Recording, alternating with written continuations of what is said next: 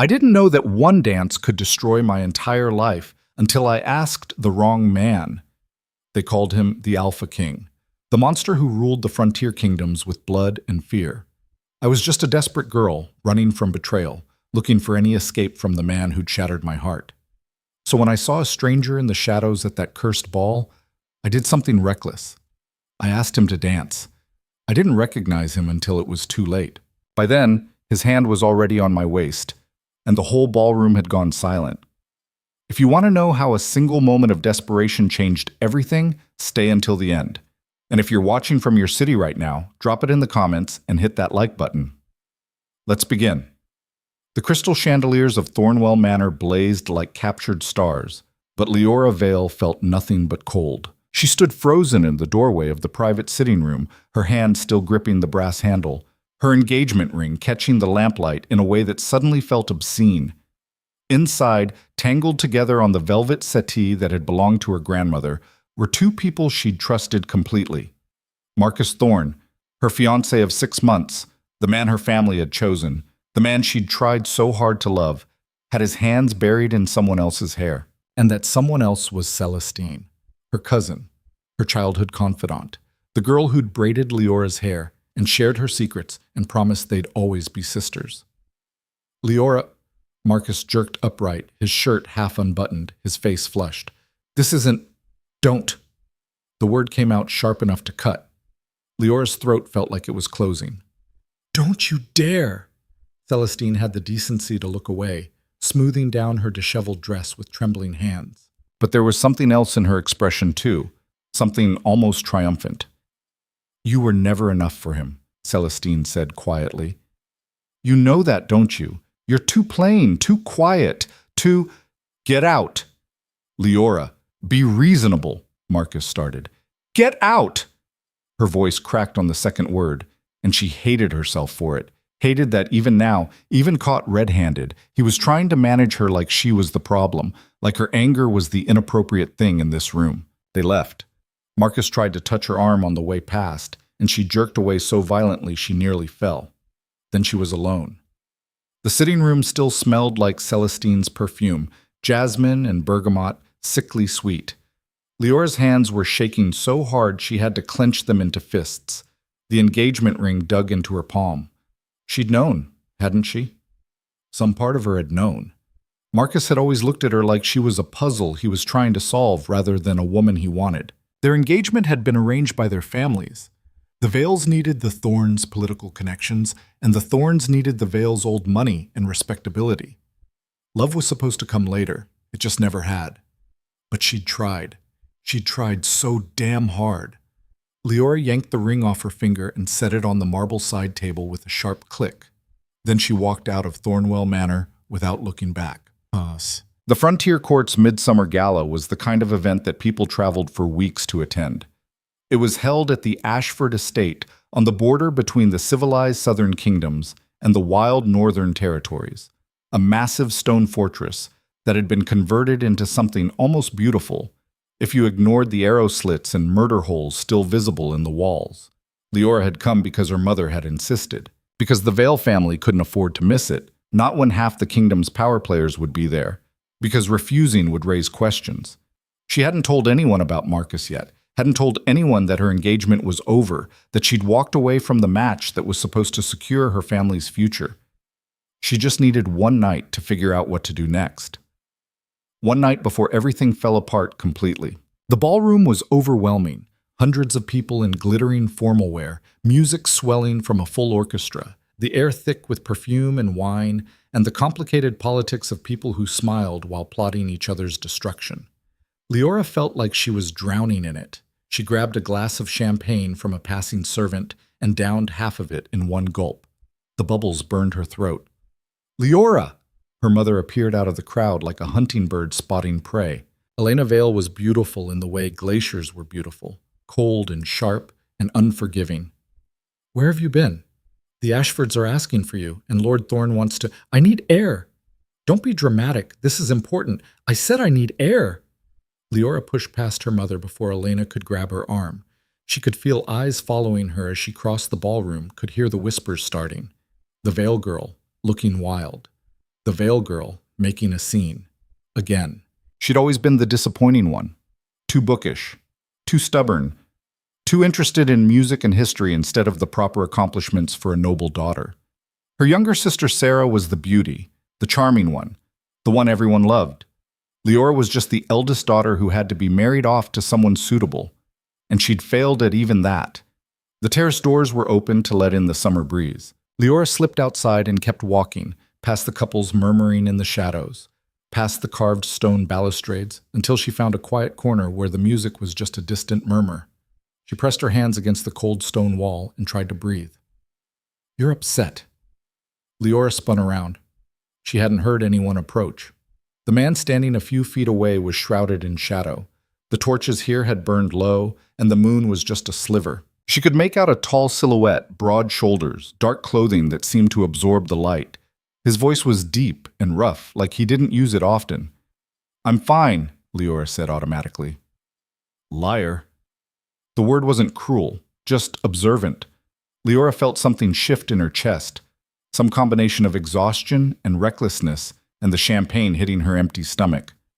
"What do you want?" she asked. "Nothing." He didn't move. "You looked like you were about to either cry or break something. I was curious which." "Neither." Liora lifted her chin. "I'm going back inside." But she didn't move. Because going back inside meant facing her mother, meant facing the questions, meant pretending everything was fine when her entire life had just collapsed. The stranger tilted his head slightly. In the dim light, she still couldn't make out his features clearly, just the impression of sharp bones and dark eyes that seemed to catch what little light there was. "Or," he said quietly, "you could stay out here and tell me who hurt you." "You don't know me." "No." Something in his voice softened just slightly. "But I know that look." Leora's breath hitched. She didn't know why she was still standing here talking to him. Didn't know why his presence felt somehow steadying instead of threatening, even though everything about him screamed danger. Maybe that was exactly why. "My fiancé," she heard herself say. "I caught him with my cousin, tonight." The stranger was quiet for a long moment. Then, "Do you want me to kill him?" Liora laughed, a sharp, broken sound that surprised them both. "What?" "It's a simple question. You can't just—" She stopped, looked at him more carefully. There was something in the way he stood, in the absolute stillness of him, that made her believe he wasn't joking. "Who are you?" "Someone who keeps his promises." The music from the ballroom swelled suddenly, a waltz, bright and sweeping. Liora could hear laughter, the clink of glasses, her old life, continuing without her. And then she did something completely insane. "Dance with me," she said. The stranger went very still. "What?" "You asked what I wanted. I want to dance." Liora stepped closer, her heart pounding. "Just one dance, then I'll go back inside and face whatever comes next. But right now, right here, I want to pretend I'm someone else, someone who makes reckless choices, someone who doesn't care what people think." "You don't know what you're asking." "I know exactly what I'm asking." She held out her hand. "One dance with a stranger, that's all. Unless you're afraid?" That got him. She saw it in the slight shift of his posture, the way his head came up. For a moment she thought he'd refuse.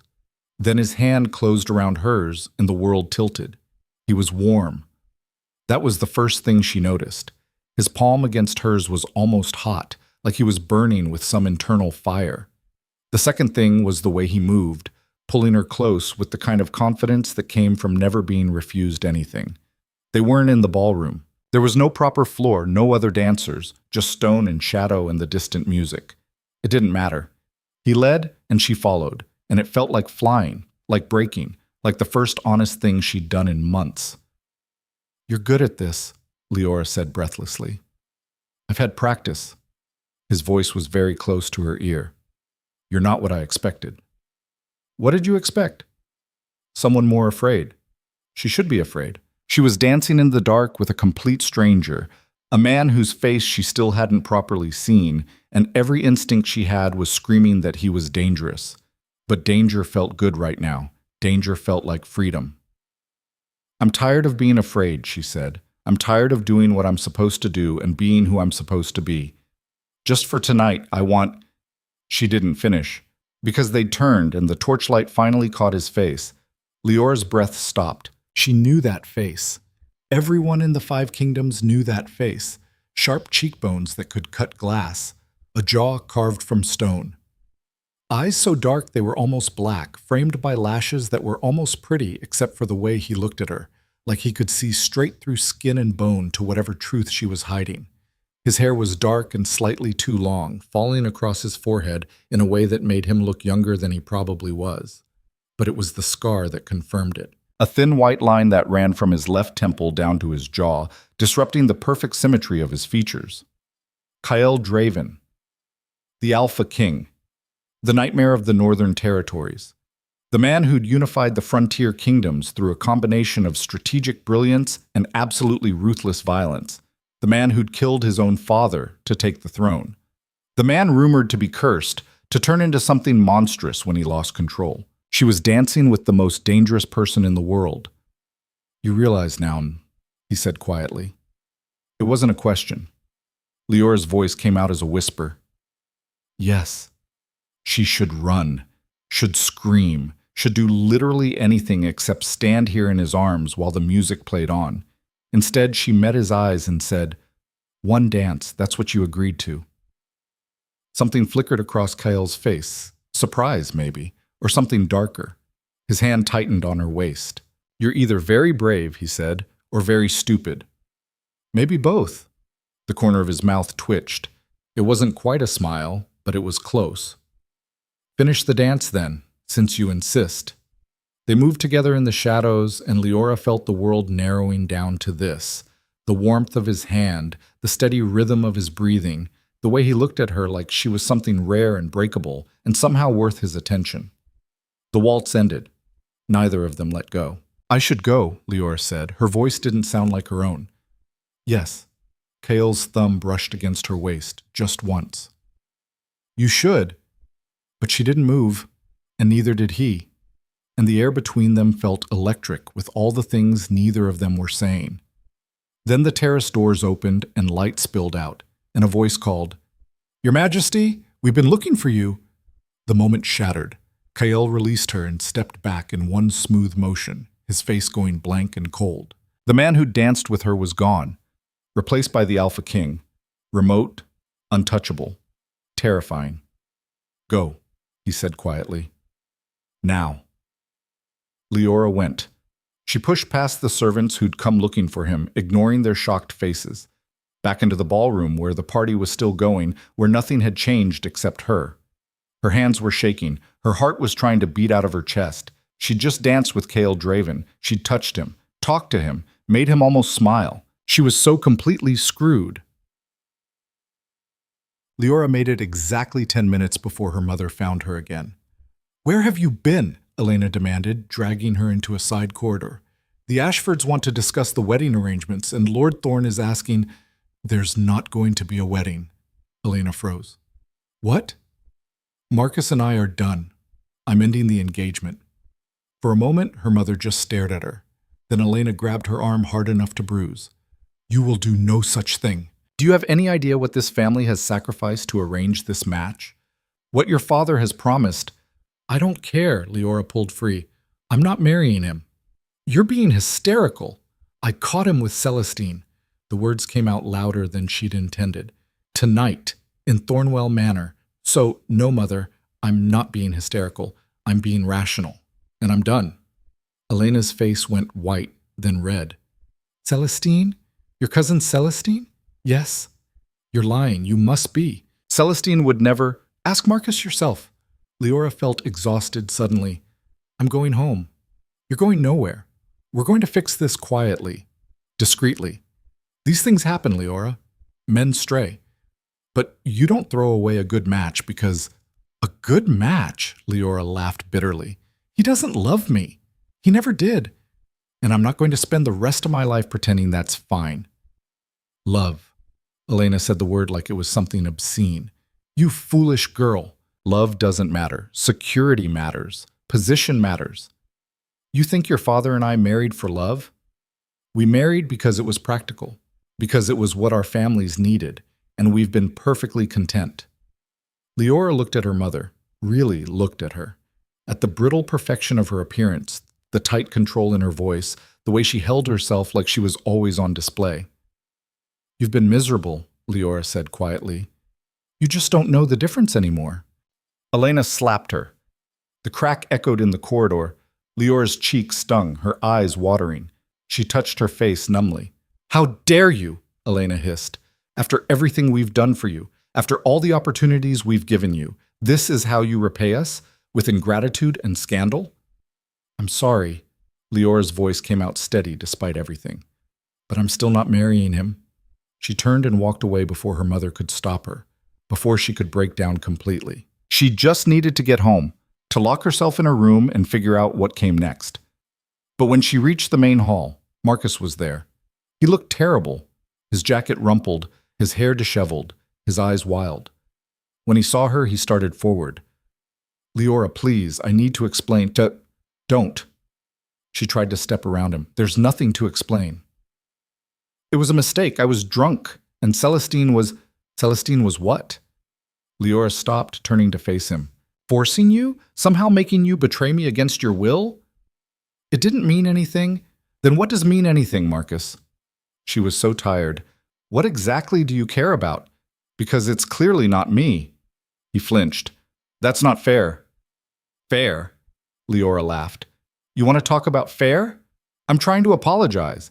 I don't want your apology." She pulled off her gloves slowly, deliberately. "I want you to leave me alone.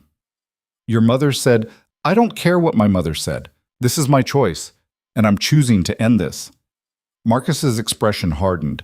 "You're making a mistake." "Probably." Liora met his eyes. "But at least it's my mistake to make." She walked past him, out into the warm summer night, and didn't look back. The summons arrived 3 days later. Liora was in the music room of Vale House, trying to lose herself in the piano the way she always did when everything else was falling apart. Her fingers stumbled over the keys. She couldn't focus, couldn't find the melody she wanted. Everything came out sounding wrong. Her sister Sarah appeared in the doorway, her perfect face arranged in an expression of concern that didn't quite reach her eyes. "There's a messenger here," Sarah said, "from the royal household." Leora's hands froze on the keys. "What?" "The Alpha King's household." Sarah's voice dripped with barely concealed excitement. "He's requesting your presence at Shadowfen Keep, as a music tutor." The world tilted. "That's impossible," Liora said. "It's right here." Sarah held up a thick envelope sealed with black wax. "Official summons. You're to report within the week." Liora stood up slowly, her legs shaking. This couldn't be happening. One dance. She'd had one dance with him, and now— "Why would the Alpha King want a music tutor?" she asked. Sarah shrugged. "Who knows? Maybe he's trying to become civilized, though from what I've heard, it's a lost cause." She paused. "Mother says you have to go, that refusing a royal summons would be an insult the family can't afford, especially now that you've destroyed your engagement." "I didn't destroy it. Marcus—" "Doesn't matter now, does it?" Sarah smiled sweetly. "You're going north." "To Shadowfen Keep, with the Monster King. I hope you survive it." She left the envelope on the piano and walked out. Liora stared at the black seal, the Draven crest, a wolf's head with bared fangs. She thought about Kael's hand on her waist, his dark eyes watching her in the torchlight, the way he'd looked at her like she was something worth paying attention to. One dance, and now her entire life was about to change again. The journey north took 5 days, and every mile felt like crossing into a different world. Liora sat in the royal carriage, black lacquered wood with the Draven crest emblazoned on the doors, and watched the landscape change outside the window. The rolling green hills of the southern territories gave way to rougher terrain, then forests so dense the sunlight barely penetrated. By the 3rd day, the roads were little more than dirt paths carved through wilderness. The 2 guards assigned to escort her didn't speak. Not to her, not to each other. They just rode alongside the carriage in silence, their hands never far from their weapons. She'd tried talking to them the first day, asked their names, where they were from, how long they'd served the Alpha King. They'd stared at her like she was speaking a foreign language, then turned away. Message received.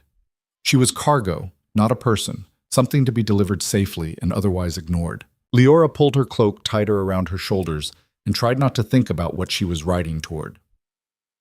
Shadowfen Keep, the Alpha King's stronghold, a fortress built into the mountains themselves, where Kyle Droven ruled the northern territories with absolute authority, where people whispered he kept prisoners in the dungeons and held court trials that ended in executions, where the cursed king lived alone because no one could survive close to him for long, and she was supposed to teach him music. It was insane, all of it, but refusing hadn't been an option.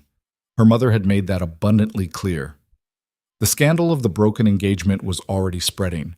Whispers in the court, pitying looks from former friends, her family's reputation crumbling. The only thing that had salvaged it even slightly was the royal summons. The Alpha King wanting a Vale daughter for his household was an honor, Elena insisted. An opportunity, a sign that their family still mattered. Never mind that Liora would be walking into a nightmare. Never mind that she'd be alone in a place where survival wasn't guaranteed. Never mind that the last time she'd seen Kyle Draven, she'd been in his arms, and the look in his eyes had made her feel like she was burning from the inside out.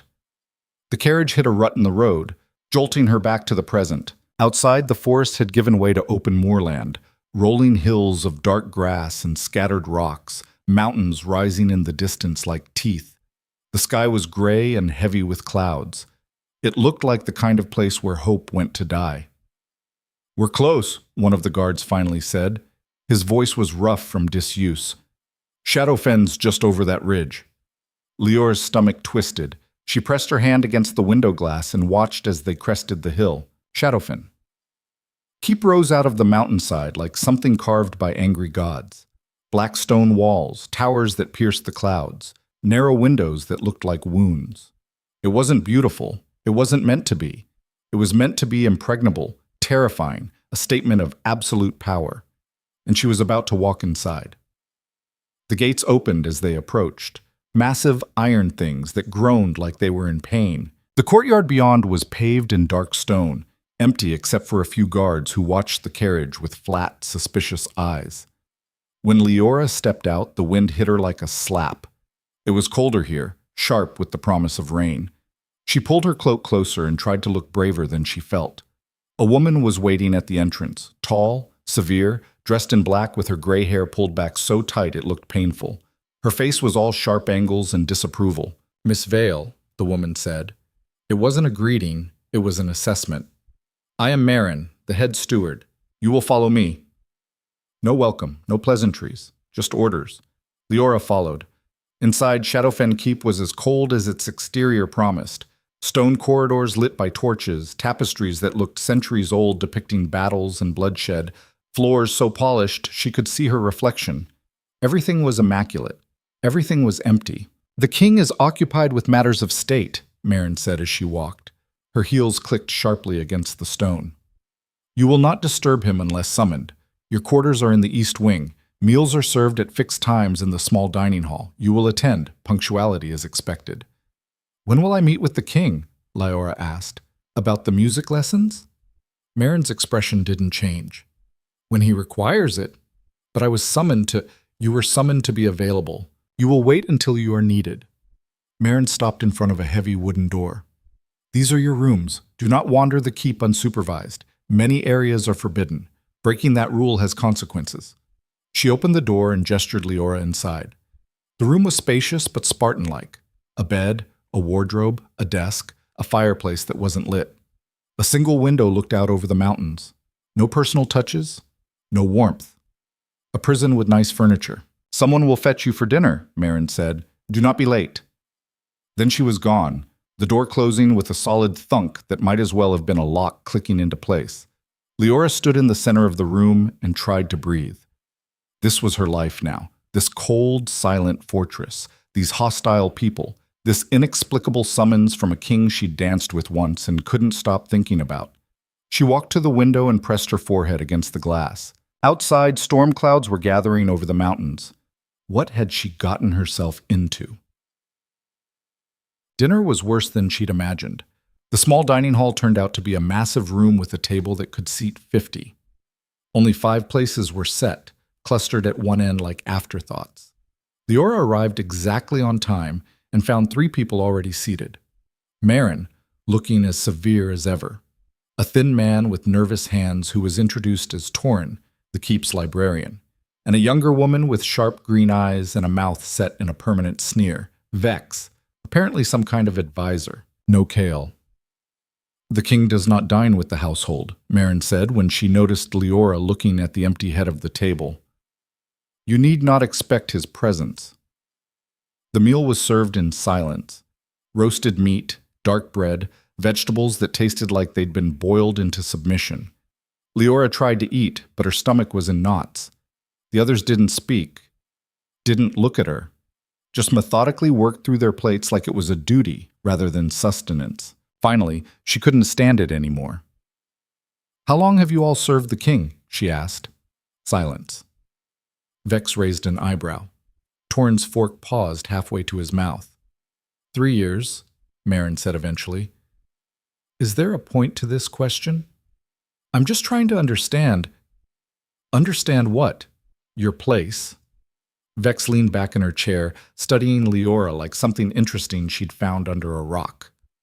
"You're a music tutor, summoned for reasons none of us comprehend. You'll teach the king if he requires it, and otherwise you'll stay out of the way. That's all you need to understand." "I was just making conversation." "We don't make conversation here." Vex's smile was sharp. "We survive. And the first rule of survival is knowing when to keep your mouth shut." Liora felt her face heat. "I'm not trying to cause problems." "Aren't you?" Vex tilted her head. "You're already a problem. You're a southerner, a noble, someone who doesn't belong here. The king hasn't taken on a new household member in over a year. And suddenly you appear, summoned personally, given rooms in the residential wing instead of the servants' quarters. People are wondering why. What makes you special?" "Nothing," Liora said quietly. "I'm not special." "Then why are you here?" "I don't know." It was the truth, and it hung in the air like an accusation. Vex studied her for another long moment, then went back to her meal. "Well, at least you're honest. That might keep you alive a little longer." The rest of dinner passed in excruciating silence. When it was finally over, Liora escaped back to her room and locked the door behind her. She leaned against the wood and closed her eyes. This place was suffocating. The silence, the suspicion, the constant feeling of being watched and judged and found wanting. She'd been here less than a day, and already she wanted to run. But there was nowhere to run to. Her engagement was destroyed. Her family's reputation was in shambles. Going home meant facing her mother's fury and Marcus's attempts to repair what couldn't be fixed. Going home meant admitting defeat, and some stubborn part of her refused to do that. She'd asked Kale Draven to dance. She'd made a reckless choice, and now she was living with the consequences. Fine. She could survive this. She'd survived her mother's expectations, Marcus's betrayal, Celestine's triumph. She could survive a cold fortress and hostile strangers. She had to. 3 days passed with no summons from the king. Liora spent her time exploring the limited areas she was allowed. The library, which was massive and full of books that looked like no one had touched them in years. The music room, where she found a beautiful grand piano covered in dust. The gardens, which were more like controlled wilderness than anything decorative. She practiced piano in the music room, letting her fingers remember the pieces she'd learned as a child. Chopin, Debussy, compositions that had always felt like coming home. Here, in this cold place, they felt like rebellion, like proof that beauty could exist even in darkness. On the 4th day, she was in the library when Torin finally spoke to her. "You play well," he said quietly, appearing between the stacks like a ghost. "I can hear it from my study. The king's mother loved music before she died." Liora looked up from the book she'd been pretending to read. "I didn't know that. No one talks about her. It's forbidden." Torin glanced over his shoulder like he expected someone to appear.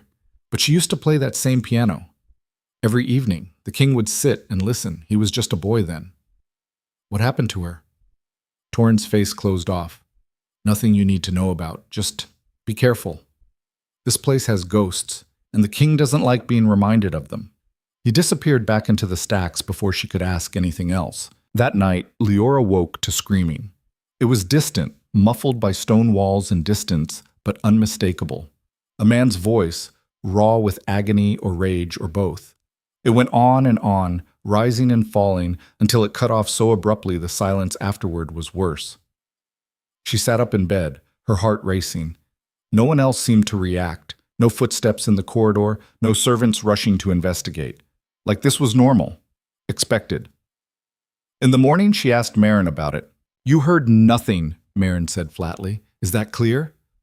"But someone was you. Heard nothing." Marin's eyes were hard as stone. "The king's private matters are not your concern. You will not speak of them. You will not ask questions. You will forget whatever you think you heard. Understood?" Liora nodded, because what else could she do? But she didn't forget. She couldn't. Because she recognized something in that scream, in the raw pain of it. She'd heard Kyl's voice in that darkness. The summons finally came on the 8th day. Liora was in the music room, working through a particularly difficult Bach prelude, when Marin appeared in the doorway. "The king will see you now," she said. "Follow me." Liora's fingers froze on the keys. "Now? Did I stutter?" She stood up, smoothing down her dress with shaking hands. This was it. Whatever reason Kyel had summoned her here, she was about to find out. Marin led her deep into the keep through corridors Liora hadn't seen before. The torches here burned lower, casting everything in shadow. The temperature dropped. She could see her breath. They stopped in front of a set of double doors carved with wolves and mountains. "The king's private study," Marin said.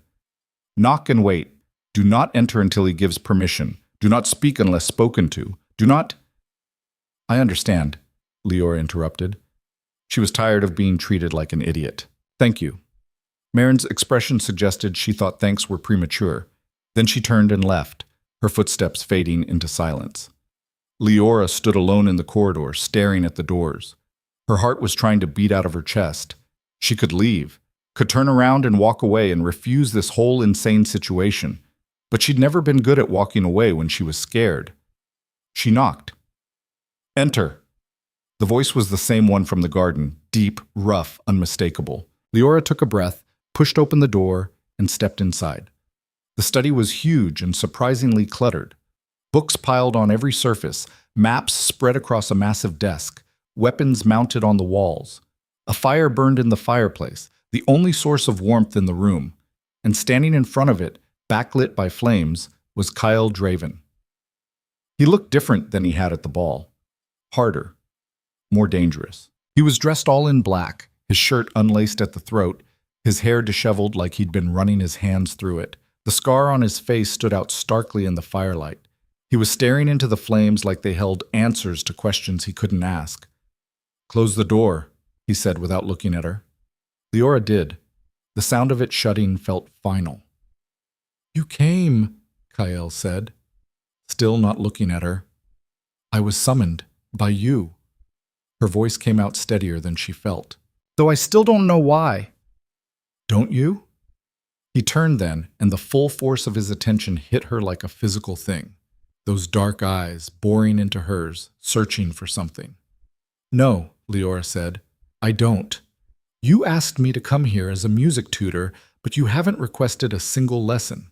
You've left me alone in a place where everyone hates me, where I'm treated like an intruder, where I can hear you screaming in the night and no one will tell me what's happening. So, no, Your Majesty, I don't know why I'm here." Silence. She'd probably just destroyed herself, spoken too boldly, too honestly, to a man who could have her executed for disrespect. But she was so tired of being afraid. Kale's expression didn't change. "You hear me?" It wasn't a question. Liora nodded. "Every night?" "Most nights." "And you're not terrified?" "I didn't say that." She met his eyes.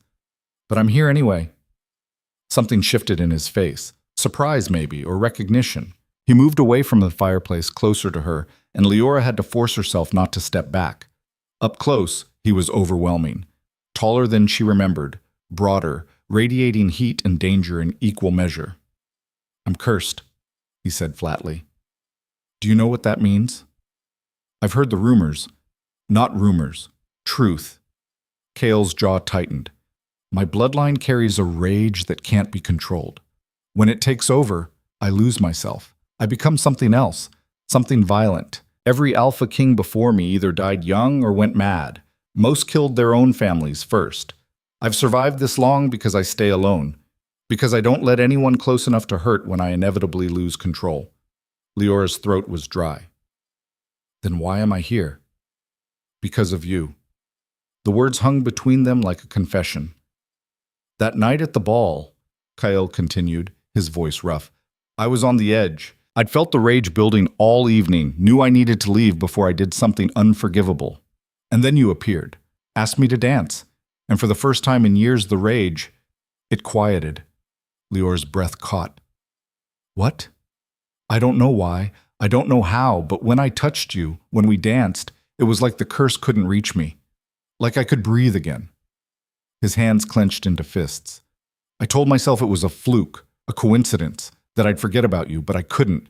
Every night since, the rage has been worse, more violent. I can barely control it, and I keep thinking. He stopped, turned away. Thinking what? Liora asked quietly. That maybe you're the answer, or maybe you're just another way to fail. Kale's shoulders were rigid. I summoned you here to find out which, to see if proximity to you would help, if your presence could do what nothing else has. But I can't. I won't put you at risk to test a theory. So you'll stay here, in the keep, and I'll stay away from you. And maybe just knowing you're close will be enough. Liora stared at his back, at the tension in every line of him, at the barely controlled violence he carried like a second skin. She should be terrified, should demand to leave, should run as far and fast as she could from this cursed king and his impossible situation. Instead, she heard herself say, What if I don't want you to stay away? Kyle went completely still. You don't know what you're saying. I know exactly what I'm saying. She took a step closer. You're in pain, every night, and you think I might be able to help. So why haven't you tried? Because it's dangerous. Everything about this is dangerous. The words burst out of her. Being here is dangerous. Being anywhere near you is dangerous. But I'm here anyway, so stop trying to protect me from choices you don't get to make for me. He turned to face her, and the look in his eyes made her stomach drop. You have no idea what I'm capable of. Then show me. Liora, I'm not some fragile thing that'll break if you look at me wrong. I'm not afraid of you. It was a lie, and they both knew it, but it was also true.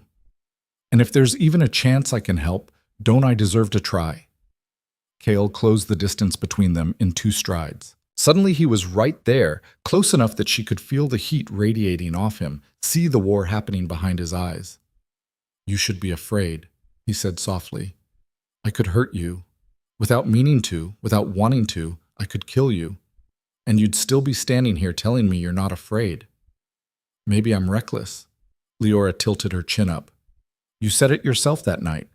Brave or stupid, remember? I remember everything about that night. His voice dropped lower. Every word, every moment. The way you looked at me like I was just a man instead of a monster. You're just a man. I'm really not. Prove it then. The challenge was out before she could stop it. If you're really a monster, if you're really so dangerous, then why are you still standing here talking instead of hurting me? Why haven't you lost control? Something cracked in his expression. Because you're here. Because somehow, impossibly, you make it quiet. The admission hung between them, raw and honest. Leora's heart was racing. Then let me stay close. Let me help. And when I fail, when the curse takes over anyway and you're the one who pays the price, then at least you tried. She held his gaze. At least you didn't die alone, convinced you were a monster because you were too afraid to let anyone in. Kael's hand came up, fingers hovering near her face like he wanted to touch her, but didn't dare. You're either the bravest person I've ever met, he said quietly, or the most foolish. Still can't decide which? No. His thumb brushed against her cheek, feather light. But I'm starting not to care. The touch sent electricity down her spine. Leora's breath stuttered. They were standing too close, the air between them charged with something dangerous and inevitable. I should send you home, Kael murmured. His hand was still on her face, like he couldn't quite make himself let go. Right now, before this goes any further. But you won't. No. His smile was bitter. Apparently, I'm selfish enough to keep you here, to risk you, to take what you're offering even knowing it might destroy you. I can handle myself. Can you? His hand dropped. The curse doesn't just make me violent, Liora. It makes me lose all control, all reason. I've destroyed rooms, hurt guards who got too close. I wake up covered in blood and can't remember whose it is. That's what you'd be walking into. That's what you'd be trying to calm. She didn't flinch. When does it happen? The rage? Usually at night, when I'm alone. It builds and builds until it breaks. Then don't be alone. The solution seemed obvious to her. Let me be there. Let me try. You're insane. Probably, Liora managed a shaky smile. But I'm also stubborn, and I don't walk away when things get hard. Kyle studied her for a long moment, his expression unreadable. Then, tonight, if you're serious about this, come to my chambers tonight, when you hear it starting, and we'll see if you're right, if you can help, or if I'm about to make the worst mistake of my life. Tonight, Liora agreed. She left the study before her courage could fail her, before she could think too hard about what she'd just agreed to. Behind her, she heard Kyle say softly, almost to himself, "What have I done?" Chetitan. The screaming started just after midnight. Liora was awake, sitting on her bed fully dressed, waiting. When she heard it, that same raw, anguished sound, she didn't hesitate.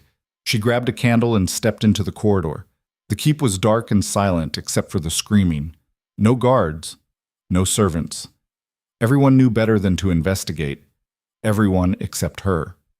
She followed the sound through the twisting corridors, her heart pounding, until she reached another set of carved doors. The screaming was coming from inside, along with the sound of things breaking. Liora raised her hand to knock, then stopped. What was she doing? She was about to walk into a room with a man who was literally cursed with uncontrollable rage. A man who'd warned her he could hurt her, kill her. But she'd promised, and Liora kept her promises. She pushed open the door. The scene inside was chaos. Kael's chambers were massive, a bedroom that could fit her entire room 3 times over, but right now they looked like a battlefield. Furniture overturned, curtains torn down, glass shattered across the floor. And in the center of it all was Kael. He was on his knees, his hands pressed against his head, his whole body shaking. His shirt was torn, revealing scars she hadn't noticed before, dozens of them, crisscrossing his back and shoulders. His breathing was ragged, desperate. When he heard the door open, his head snapped up. His eyes were wrong. Still dark, but with something wild and inhuman behind them. He looked at her like he didn't recognize her, like she was prey. "Get out!" he snarled. His voice was barely human. "Run!"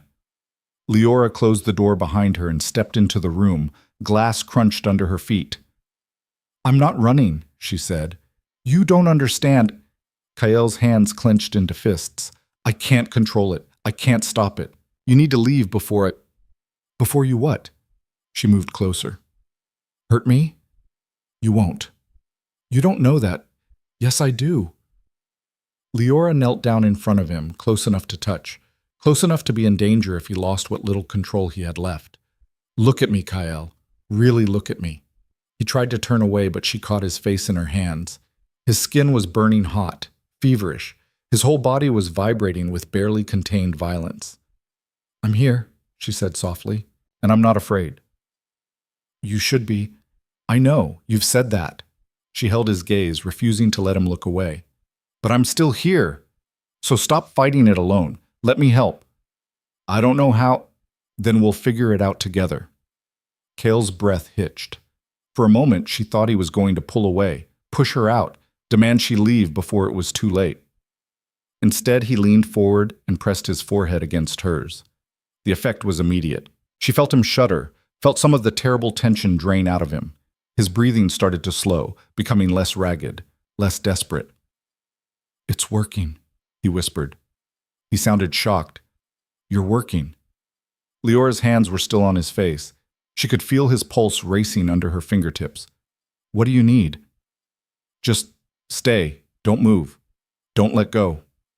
So she didn't. She stayed there, kneeling on the floor covered in broken glass, holding the face of the most dangerous man in the 5 kingdoms while he fought his way back from whatever abyss the curse had dragged him toward. Slowly, gradually, the wildness faded from his eyes. His breathing evened out. The trembling stopped. When he finally pulled back, he looked exhausted but human again. "How long?" Liora asked quietly. "Usually hours, sometimes until dawn." Kale's voice was hoarse. "Tonight it was minutes. Because of you." They were still kneeling face to face, her hands on him, close enough to count each other's heartbeats. "I told you," Liora said. "I could help." "You did." He caught her hand in his, pressed it against his chest. His heart was still racing. "You're either going to save me or destroy me completely. I'm not sure which." "Why not both?" That surprised a laugh out of him, rough and disbelieving but real. "You're impossible. I've been told that before." Kale's thumb traced circles on the back of her hand. "Stay with me. Tonight. Just stay until I sleep, please." It was the please that did it. The raw vulnerability in that single word. "Okay," Liora said. "I'll stay." She stayed. Not just that first night, but the ones that followed. It became a pattern neither of them questioned. When darkness fell and the rage started building in Kael's blood, Liora would appear at his door. Sometimes he was already losing control. Sometimes she caught it early. But always, her presence pulled him back from the edge. They didn't talk about it during the day. Kael retreated into his duties as king, council meetings, court disputes, military strategies, and Liora kept to her designated spaces in the keep. They passed each other in corridors like strangers. He never summoned her officially, never acknowledged what was happening. But at night, when the curse clawed at him, she was there. And it was destroying them both in completely different ways. Liora felt it in the way her hand shook when she walked to his chambers, in the way her heart raced every time she touched him, in the dangerous, reckless pull she felt toward a man who could kill her without meaning to, who carried violence in his bones like other people carried blood. She was falling for him. She knew it. And it was the stupidest thing she'd ever done. By the second week, the household had noticed. Vex cornered her in the library one afternoon, her green eyes sharp with suspicion. "You're spending nights in the king's chambers." It wasn't a question. Liora closed the book she'd been reading and met Vex's stare. "Is that a problem?" "That depends. Are you sleeping with him?" "No." The answer came out sharper than intended. "I'm helping him. With the curse." Vex laughed, a harsh, bitter sound.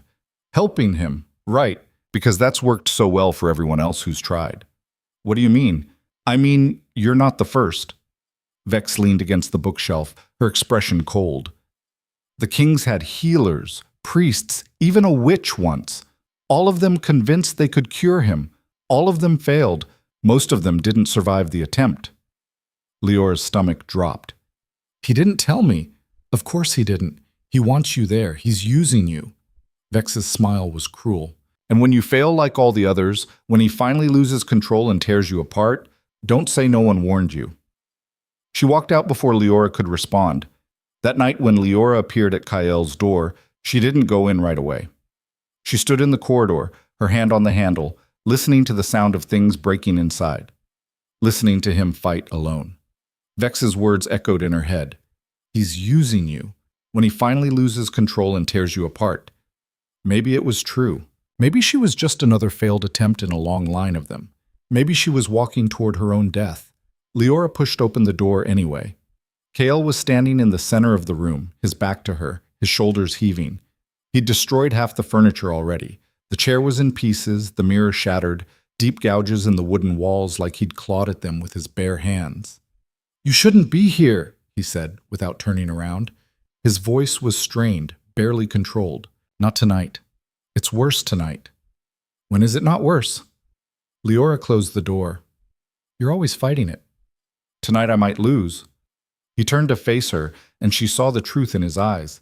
The wildness was there, closer to the surface than she'd ever seen it. "I can feel it. The curse is hungry. It wants blood. And if you stay, I'm staying." "Liora, stop trying to protect me from my own choices." The words burst out of her. I'm here because I want to be, because this matters, because you matter. So stop pushing me away every time it gets dangerous. Something broke in his expression. Why? Why do you keep coming back? You could leave, should leave, but you keep walking into this room like you're not afraid of what I might do. Maybe I am afraid. Liora crossed the distance between them, her heart pounding. Maybe I'm terrified, but I come anyway, because being afraid of something doesn't mean it isn't worth doing. Kale's hands clenched into fists. You don't understand what you're risking, then explain it to me. Stop treating me like I'm fragile. Stop deciding what I can and can't handle. She was close enough now to see the way his jaw was clenched, the way his whole body was vibrating with barely restrained violence. Tell me the truth. About the others. About what happened to them. His eyes went dark. Bex told you. Yes. Then you know. You know I've tried this before. Brought people in who thought they could help. And they all... His voice cracked. They all paid for my arrogance, my desperation, my stupid hope that maybe this time would be different. What happened to them? I killed them. The words were flat, brutal. Not all of them. Some left before it came to that. But the witch, Liora was her name, she stayed too long, pushed too hard. Thought she could force the curse out of me through sheer will, and when the rage took over, He stopped, turned away. His shoulders were shaking. I woke up with her blood on my hands, he finished quietly, and I swore I'd never let anyone that close again, never risk it, until you. Liora's throat was tight. I'm not her. I know, that's what terrifies me. Kale looked back at her, and the raw pain in his eyes made her chest ache. Because you're working. Your presence calms the curse in ways nothing else ever has. And that means I'm dependent on you. Which means when you leave, and you will leave, Liora, everyone does eventually, I'll be worse off than I was before. More broken. More lost. Who says I'm leaving? Everyone leaves. His voice was hollow. That's what people do when they realize what I am, what I carry. They run. And I don't blame them. I'd run too if I could. Liora reached out and caught his hand. His skin was burning hot, feverish. I'm not running, and I'm not Liora. I'm not trying to cure you or fix you or force anything. I'm just...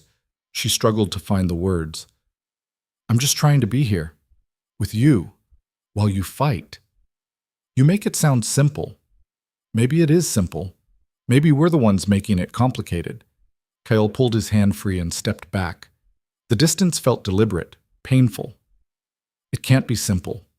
Not with what I am. Not with... He stopped himself. With what? Liora pressed. With what I feel for you. The admission hung in the air between them, raw and dangerous. Liora's breath caught. Kyle, don't. He held up a hand. Don't say anything. Because I already know it's impossible. I know there's no future where this ends well, where I don't hurt you or lose you or watch you walk away when you finally see what everyone else sees. But I can't. I can't stop feeling it. Can't stop wanting... The rage hit him mid-sentence. One moment he was standing there, struggling with words, and the next his whole body convulsed. His eyes went black. A sound tore out of him that was barely human, half roar, half scream. Liora had seen the curse take hold before, but never like this. Never this fast, this complete. Kale dropped to his knees, his hands clawing at the floor hard enough to draw blood. The temperature in the room spiked. The air felt electric, charged with violence. Get out, he snarled. Run, now. But Liora had never been good at following orders, especially stupid ones. She dropped to her knees in front of him and grabbed his face with both hands. Look at me, Kyle, look at me. His eyes were wild, unseeing. He jerked away from her touch like it burned. I'll kill you. No, you won't. She held on tighter. You won't. Because you're stronger than this, stronger than the curse. You don't understand. His voice was breaking, fracturing.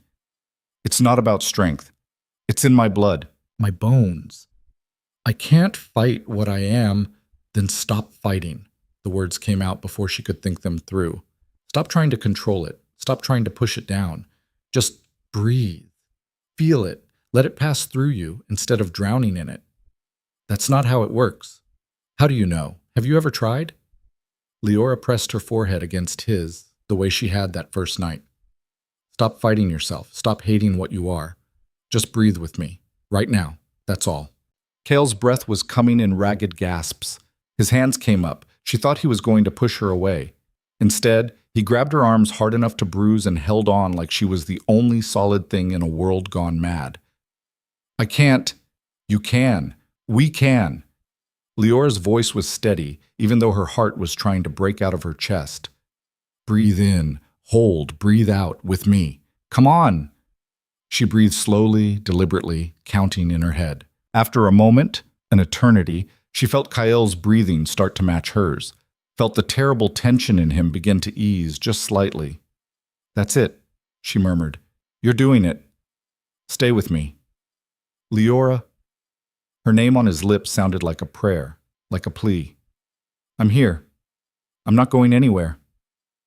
They stayed like that, locked together on the floor of his destroyed chambers, breathing in unison while the curse raged and slowly began to recede. It took longer than usual. The rage was stronger tonight, more determined. But eventually Kale's eyes cleared. His grip on her arms loosened. His breathing evened out. When he pulled back, he looked wrecked, exhausted, but human. You didn't run, he said hoarsely. I told you I wouldn't. Even when it was that bad. Especially then. Leora's arms were going to have bruises tomorrow. She didn't care. Because that's when you needed me most. Cale stared at her like she was something impossible, something he couldn't quite believe was real. Then he did something he'd never done before. He kissed her. It wasn't gentle. It was desperate and rough and tasted like violence barely contained. His hands came up to cup her face, thumbs brushing against her cheekbones, and Liora felt herself falling into it. Into him.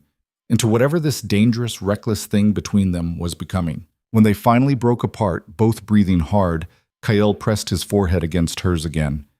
I can't do this, he whispered. I can't let you stay. Not anymore. It's too dangerous. Too... Stop. Leora's hands were fisted in his shirt. Stop deciding for me. Stop trying to protect me from something I've already chosen. You don't know what you're choosing. I'm choosing you. The words came out fierce, certain. Curse and all.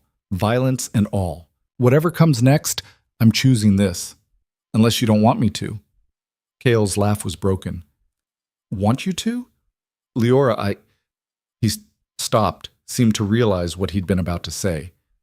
I've wanted you since the moment you asked me to dance, since you looked at me like I was worth something more than fear.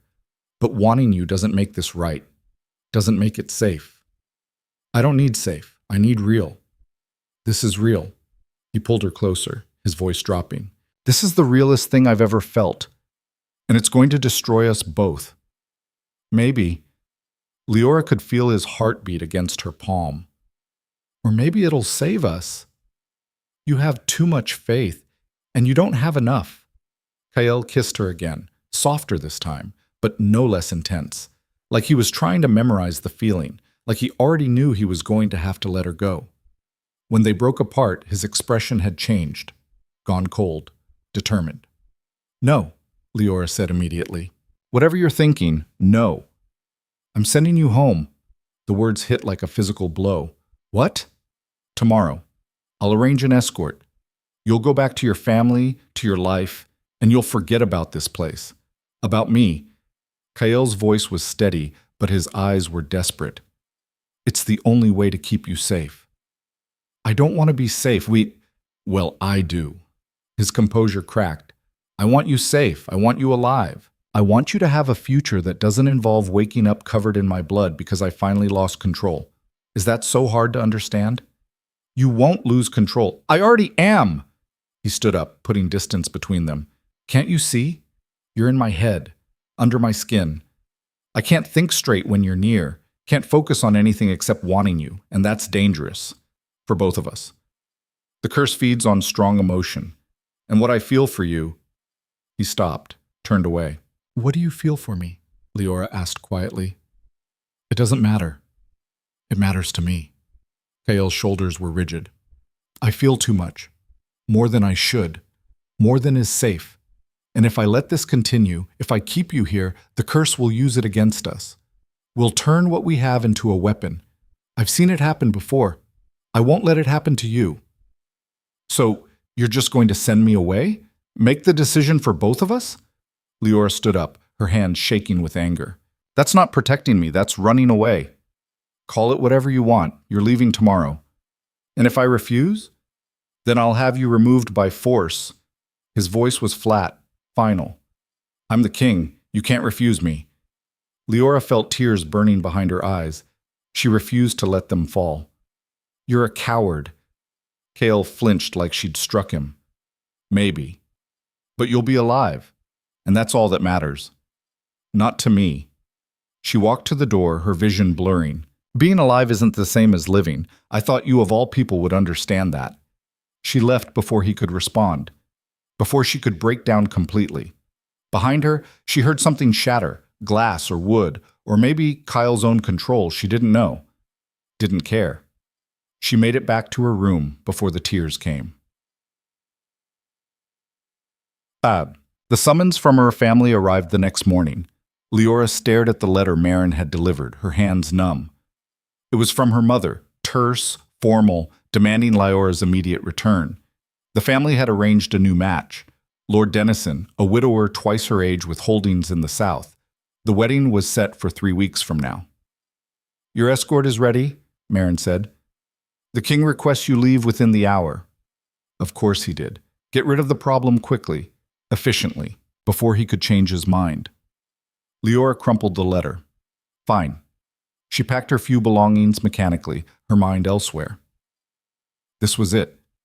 She was going back to exactly what she'd run from, a forced marriage, a life she didn't want, a future that felt like a slow death.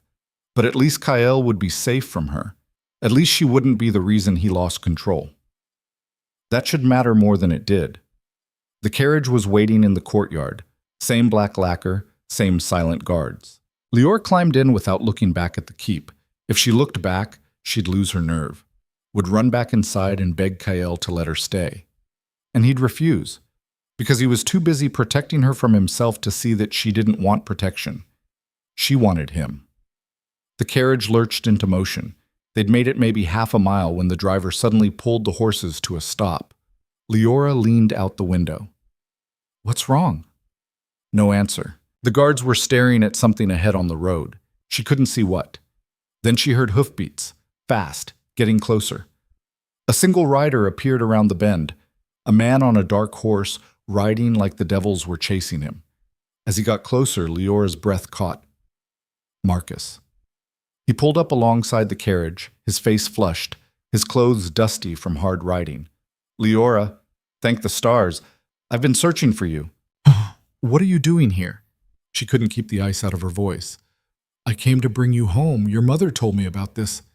He gestured at the carriage, at Shadowfen Keep in the distance. This insanity. Living with that monster. But it's over now. I've got a fresh horse for you. We can ride back together. I don't want to ride anywhere with you. Marcus's expression hardened. Don't be childish.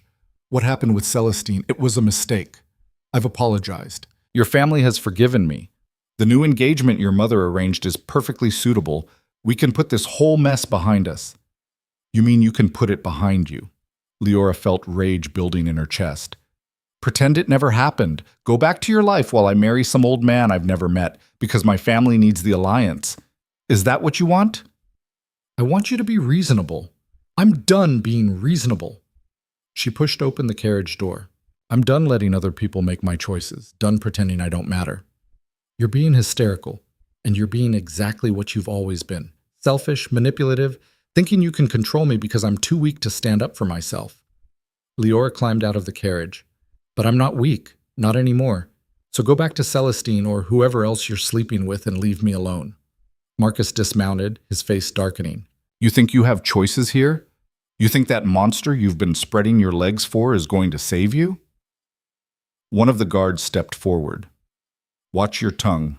Or what? Marcus sneered. The king threw her out, didn't he? Sent her packing like yesterday's trash. She's nothing to him, nothing to anyone. Just a ruined woman with a ruined reputation heading home to an arranged marriage because that's all she's good for. The slap happened before Liora realized she was going to do it. Her palm connected with Marcus's face with a satisfying crack. He staggered back, his hand going to his cheek.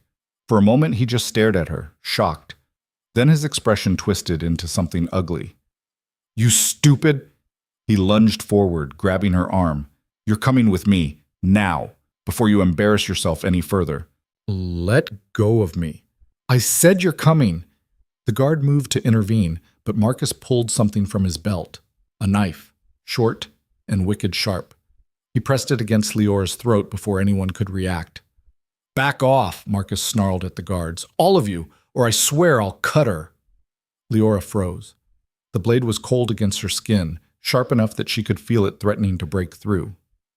"Marcus," her voice came out strangled. "What are you doing?" "What I should have done months ago, taking control." His breath was hot against her ear. "You're mine, Liora. You always were. And if I can't have you willingly, I'll take you by force. Your family will forgive anything once we're married, once you're properly broken in." Terror flooded through her. This wasn't the Marcus she'd known, the polished political man who'd courted her with calculated charm. This was someone dangerous, unhinged. "The guards," she started, "won't do anything. They're the king's men. They don't care what happens to you now that he's thrown you away." Marcus started backing toward his horse, dragging her with him. "Come on, we're going for a ride, and if you scream or fight, I promise you'll regret it." The guards were watching, but not moving. They'd been ordered to escort her home, not protect her from her own people. This was a southern matter, a family matter. None of their concern. Liora felt the blade press harder against her throat, felt blood start to trickle down her skin. This was how it ended. Dragged back to a life she didn't want by a man who saw her as property. All because she'd been stupid enough to fall for a cursed king who cared more about keeping her safe than keeping her close. Then she felt it, a change in the air, a charge, like lightning about to strike. The temperature dropped. The horses started shifting nervously. Marcus felt it too. "What?" The roar came from the direction of the keep, inhuman, terrifying, full of rage that could level mountains. And then Kyle was there. He appeared out of nowhere, moving faster than should be possible. No horse. Just him, running like a predator that had scented blood. His eyes were black, his face twisted with fury, and the curse was riding him hard. She could see it in every line of his body, in the way the air seemed to shimmer around him. But he wasn't lost to it. Not completely, because his eyes found hers, and she saw recognition there. Saw him fighting for control even as the rage demanded violence. "Let her go." Kale's voice was barely human. "Now." Marcus's knife pressed harder. Liora felt a sharp sting, felt more blood. "Stay back. I'll kill her, I swear. If you harm her." Kale took a step forward, and Liora had never seen anything more terrifying in her life. "I will tear you apart with my bare hands. I will make it slow, and I will enjoy every second of it. She's mine. She's mine."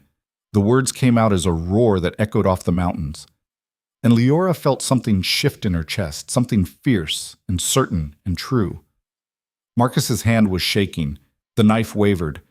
"You can't. The law says, I am the law." Kale's hands were clenched into fists. Blood was dripping from his palms where his nails had broken skin. "And I'm giving you 3 seconds to release her before I stop caring about laws altogether. 1. Marcus looked at the guards. They'd backed away, hands up, wanting no part of this. 2. The knife fell away from Leora's throat. Marcus shoved her forward and ran for his horse. He didn't make it 3 steps. Kyle moved like lightning, crossing the distance in a blur.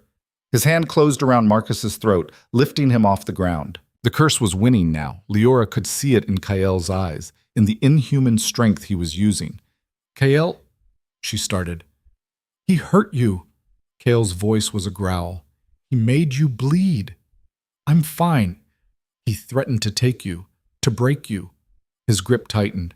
Marcus was choking, his face turning purple. "He doesn't get to live after that."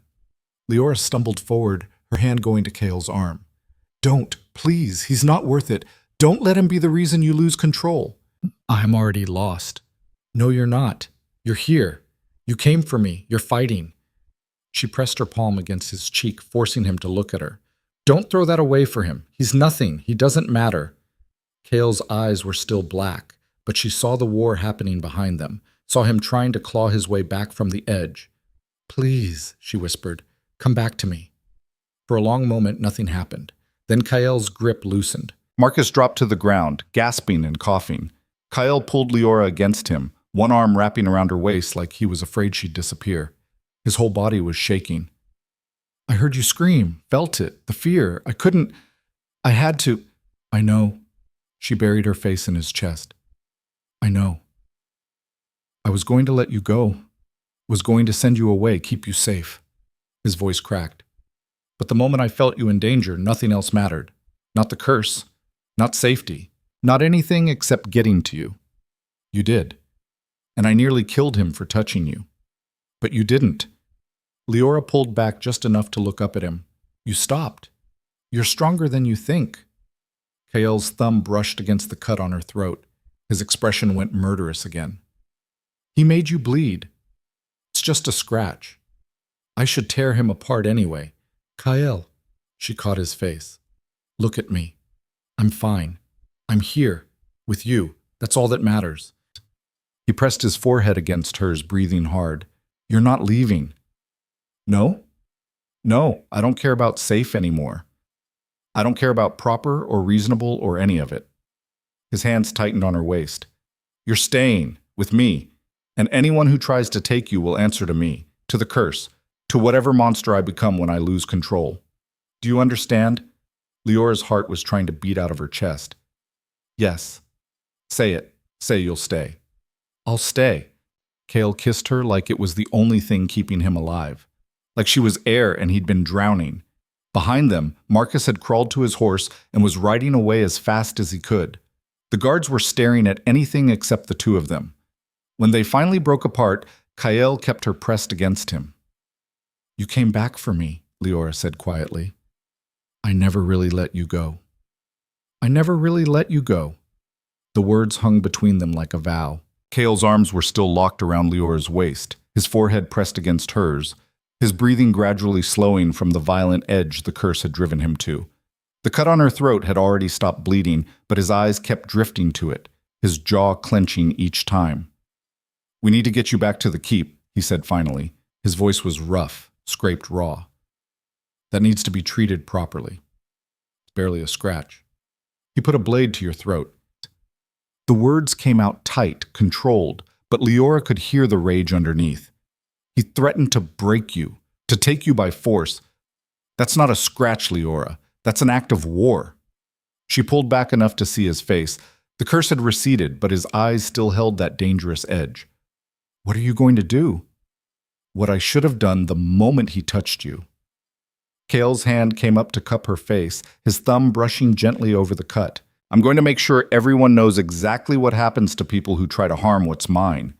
The possessiveness in his tone should have bothered her, should have set off warning bells about being claimed like property.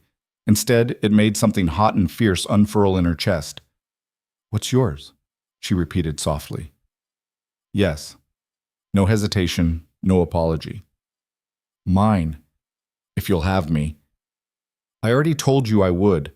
You're the one who tried to send me away. Kael's expression twisted. I was trying to keep you safe, and nearly got me killed instead. Liora's voice was sharper than she intended. So maybe next time, trust that I know what I'm choosing. There won't be a next time. The vow in his voice was absolute. I'm not letting you out of my sight again. Not until every person in the 5 kingdoms knows that touching you means death. One of the guards cleared his throat awkwardly. They were still standing there, frozen, clearly unsure whether they should be witnessing this conversation. Kael didn't even glance at them. Go back to the keep, tell Marin to prepare the Queen's chambers, and send word to the council. We're calling an emergency session. The guards exchanged looks. Your Majesty, the Queen's chambers have been sealed since... Then unseal them. Kael's tone left no room for argument. Now! They scattered. Liora stared up at him. The Queen's chambers? Kael, we're not yet. He pulled her closer again, like he couldn't quite stand the distance. But you will be. If you're staying, if you're mine, then everyone needs to know it. Publicly, officially. No more hiding in shadows. No more pretending this isn't what it is. Her heart was racing. You're talking about marriage. I'm talking about claiming you in front of the entire court, about making it clear that you're under my protection, that anyone who threatens you threatens the crown itself. His voice softened slightly. But yes, eventually. Marriage. If you want it. You're insane. But she was smiling despite herself. We've known each other for barely 3 weeks. I knew the moment you asked me to dance. Kyle's thumb traced her jawline. I just wasn't ready to admit it. And you think the court will accept this? A southern noble with no title, no connections, no... I don't care what they accept. The edge was back in his voice. I'm the king. My word is law. And my word is that you stay, that you're protected, that you're... He stopped, seemed to struggle with the words. That I'm what? Liora prompted gently. Everything. The admission came out raw. You're everything. Before she could respond, he kissed her again, slower this time, deeper, with a desperation that had nothing to do with the curse and everything to do with how close he'd come to losing her. When they broke apart, Liora was breathless and dizzy and absolutely certain of one thing. She was in so far over her head there was no coming back. But she didn't want to come back. Take me home, she said quietly, to Shadowfen, to wherever you are. That's home now. Something in Kyle's expression broke open, like he'd been waiting his entire life to hear those words and couldn't quite believe they were real. Home, he repeated. Then, almost to himself, I can give you that. I can try. They rode back to the keep together on his horse. He'd run the entire distance on foot in his desperation to reach her, the curse lending him inhuman speed. Liora sat in front of him, his arms solid around her waist, and tried not to think about what came next. The political fallout. The scandal. Her family's reaction. She'd deal with it. Somehow. Right now, she just wanted to feel safe. And in Kyle's arms, despite everything, she did. The keep was in chaos when they arrived. Servants rushing everywhere, guards looking tense and alert, Marin barking orders like a general preparing for battle. When she saw Kyle and Liora ride into the courtyard together, her expression went carefully blank. Your Majesty, she said, inclining her head, the Queen's chambers are being prepared as requested. The Council has been summoned for an emergency session at sunset, and... She paused, her gaze flicking to Liora. There are visitors at the gate, the Vale family, demanding to see their daughter. Leora's stomach dropped. My mother's here? Your mother, your father, and your sister. They arrived an hour ago. They seem agitated. That was putting it mildly. Liora could only imagine Elena's fury when she heard what had happened. The broken engagement, the public scene with Marcus, the fact that her disappointing eldest daughter was now apparently living with the Alpha King. I'll deal with them, Kale said flatly. No. Liora put a hand on his arm. Let me. They're my family. I need to face them myself. After what just happened, especially after what just happened. She slid down from the horse, her legs shaky but holding. I can't hide behind you every time things get difficult. They need to hear this from me. Kale looked like he wanted to argue. Then his jaw set. Fine, but I'm coming with you, as your... He seemed to struggle for the right word. As my what? Liora challenged. As whatever you need me to be. It wasn't the declaration she might have wanted, but it was honest. And right now, honest was enough. They found the Vale family in one of the receiving rooms, a cold, formal space that matched Elena's expression perfectly. Leora's mother stood in front of the fireplace like she owned it, her back rigid, her face arranged in lines of controlled fury. Her father, Robert, sat in a chair looking exhausted, and Sarah lounged on a settee, watching everything with barely concealed fascination. When Liora walked in with Kyle, Elena's composure cracked. There you are. Her voice could have cut glass. Do you have any idea what you've done, the scandal you've caused? Marcus came to us with his face bruised, saying you struck him and refused to return home. That you're... Her gaze raked over Kyle with obvious disgust. Living here, with him. Like some common... Mother? Leora's voice was steady. I'm not coming home. Don't be ridiculous. Of course you are. This whole mess can still be salvaged if we act quickly.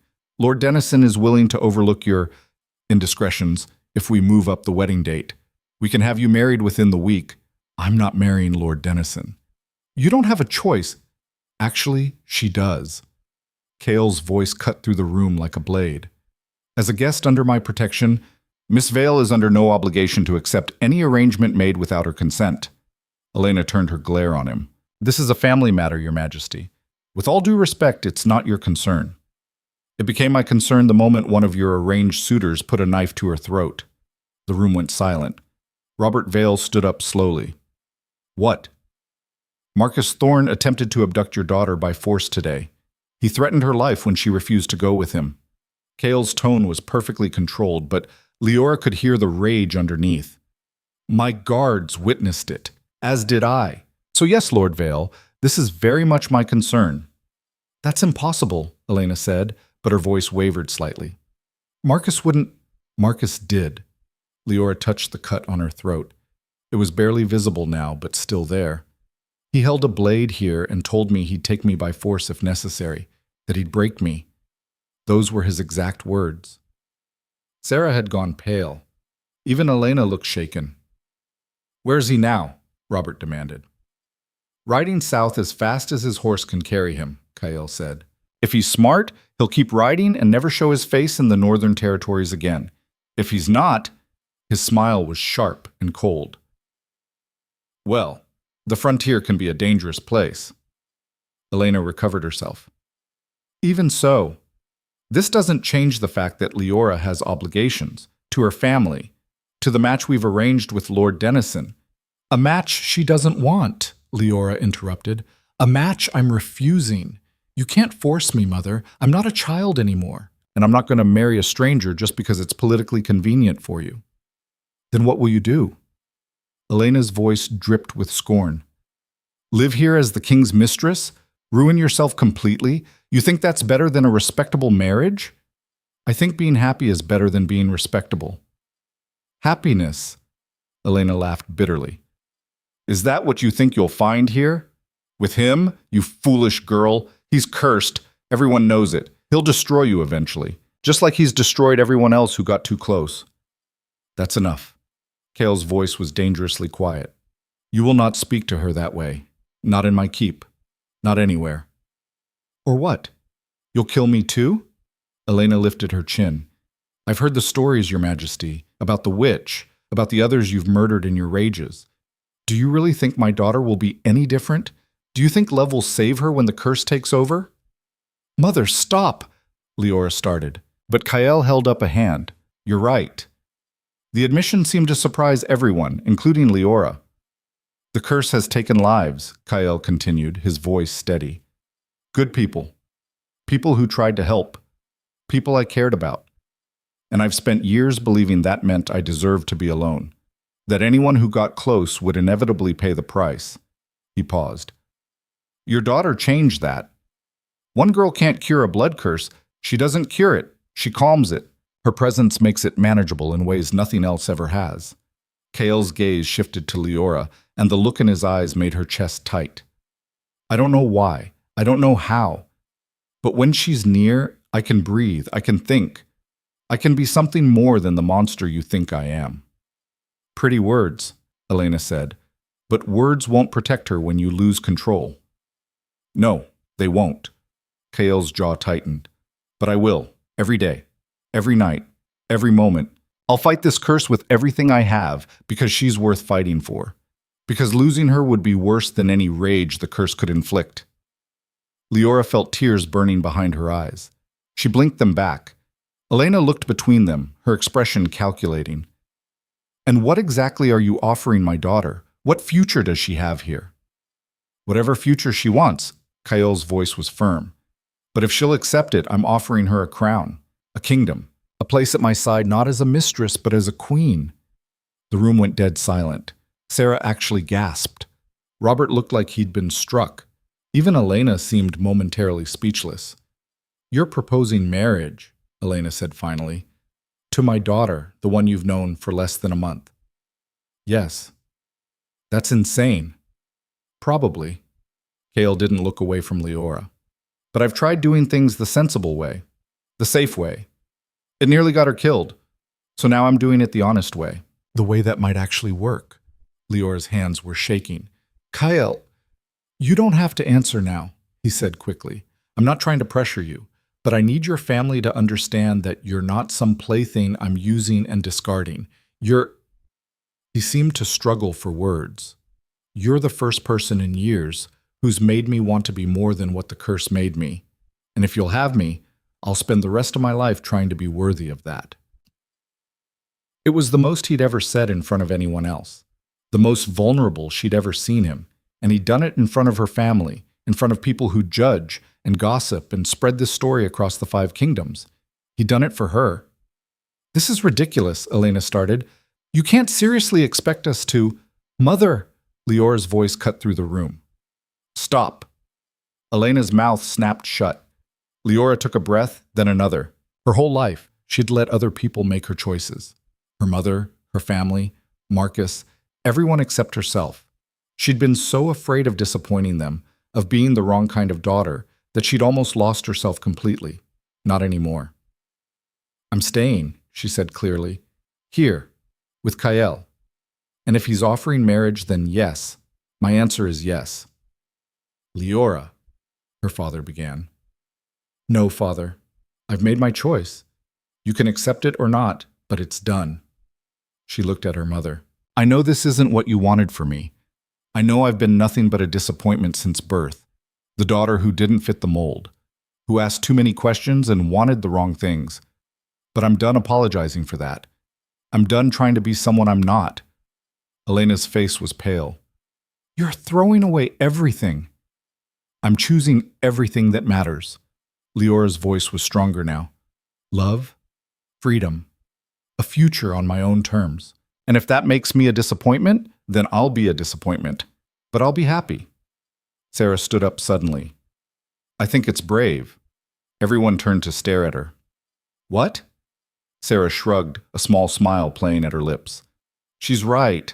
We've all spent our whole lives doing what we're told, marrying who we're supposed to marry, being perfect little daughters. And where has it gotten us? Leora's the only one who's actually fighting for something real, something that matters. She looked at her sister. I'm proud of you, even if Mother isn't. Liora felt her throat close up. Sarah they'd never been close, never really understood each other. But now, thank you, she managed. Robert Vale sighed heavily. Your mother and I will need to discuss this. The political implications alone. Discuss all you want, Kyle interrupted. But understand this. Liora stays under my protection regardless of your decision. If you choose to support this match, you'll have the goodwill of the Northern Territories. If you choose to oppose it, he let the threat hang unfinished. Are you threatening us? Elena demanded. I'm stating facts. Your daughter is mine now. That's not changing. How you respond to that reality will determine what kind of relationship we have going forward. Elena looked like she wanted to argue further, but Robert put a hand on her arm. We'll need time, he said quietly, to think, to understand what this means for our family. Take all the time you need, Kyle said. Liora will be here when you've made your decision.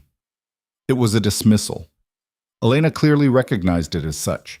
She drew herself up, her face a mask of cold fury, and swept toward the door. Robert followed, looking older than Liora had ever seen him. Sarah paused in the doorway. Good luck, she said to Liora. You're going to need it. But I think— She glanced at Kyle. I think you might actually be happy, and that's worth fighting for. Then she was gone too. Liora stood in the suddenly empty room, her legs shaking, adrenaline finally crashing. That was a disaster, Kyle finished. I'm sorry. I shouldn't have pushed so hard. Are you kidding? Liora turned to face him. That was the bravest thing anyone's ever done for me. You stood up to my mother. You made it clear I wasn't just— She stopped, struggled for words. You made me matter in front of them, in front of everyone. You've always mattered. Kyle crossed to her in 2 strides, his hands coming up to frame her face. I'm sorry it took me so long to say it publicly, to stop being a coward about what I feel. You're not a coward. I tried to send you away to keep you safe. That's the definition of cowardice. His thumb brushed against her cheek. But I'm done with that. Done trying to protect you from my own feelings. If you'll have me, curse and crown and all the mess that comes with it, I'm yours. Completely. Leora's hands fisted in his shirt. I already said yes. Say it again. Yes. She pulled him down until their foreheads touched. Yes to everything. The crown, the curse, the mess. All of it. Kael kissed her like she was oxygen, and he'd been drowning for years. Like the curse didn't exist and the world didn't matter, and nothing was real except the two of them in this moment. When they finally broke apart, both breathing hard, he rested his forehead against hers. The council meeting, he said quietly. Tonight, I'm going to announce it. Our engagement, your position, everything. It's going to cause chaos. Let it. Liora managed a shaky smile. We're already causing chaos anyway. Might as well make it official. You're not afraid? Terrified. She was being honest. But I'm also done letting fear make my decisions. So yes, let's tell them. Let's make it real. Kael pulled her against him, his arms solid and safe around her. You're either the bravest person I've ever met, or the most foolish, Liora finished. We've established this. I'm starting to think they're the same thing. The council meeting was exactly the disaster Kael had predicted. Liora sat beside him at the head of the massive council table, acutely aware of every eye on her. The northern lords and advisors had filled the chamber, 20 of them, all male, all looking at her like she was an unwelcome intruder.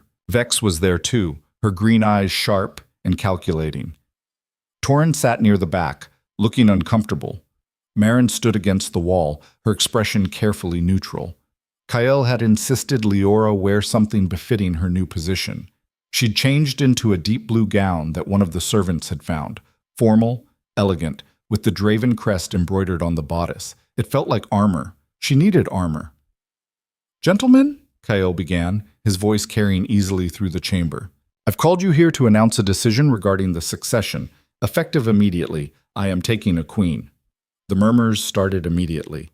Kael held up a hand. Liora Vale, daughter of House Vale, has accepted my proposal of marriage. The ceremony will take place within the month. She will be crowned as Queen of the Northern Territories and will rule alongside me with full authority. One of the lords, a heavy-set man with a thick beard, stood up. Your Majesty, with all due respect, this is highly irregular. We've had no courtship period, no negotiation of terms, no. I'm not asking for approval, Lord Garrett. I'm informing you of my decision. But the succession laws clearly state, the succession laws give me absolute authority to choose my own queen. Kael's voice was cold. Unless you're questioning my right to do so. Garrett sat down quickly, but another lord stood up, younger, with sharp features and sharper eyes. The curse, he said bluntly. Forgive me, Your Majesty, but every person in this room knows about it. You've spent years refusing marriage precisely because of the danger it poses. What's changed? She has. Kael's hand found Leora's under the table, squeezed once. Miss Vale's presence has proven to have a calming effect on the curse. Her proximity allows me greater control than I've had in years. And you're willing to stake her life on that? The young lord's gaze shifted to Liora. With all due respect, my lady, do you understand what you're agreeing to? The king's curse has killed before. Good people, trained warriors. What makes you think you'll survive? Every eye in the room turned to her. Liora felt her pulse spike. This was it. Her chance to prove she belonged here. That she wasn't just some foolish southern girl who didn't understand what she'd gotten into. She stood up. You're right, she said clearly. The curse is dangerous, and yes, it's killed before. I'm not naive about that. She paused. But I've also spent the last 3 weeks living in this keep, watching the king fight this curse every single night, being there when it takes hold, and I'm still here, still alive, still choosing this. That doesn't mean, the young lord started, I'm not finished. Her voice was sharp enough that he stopped. You're all so focused on the danger that you're missing the point. For years the king has suffered alone, has fought this curse without help because he was too afraid of hurting anyone.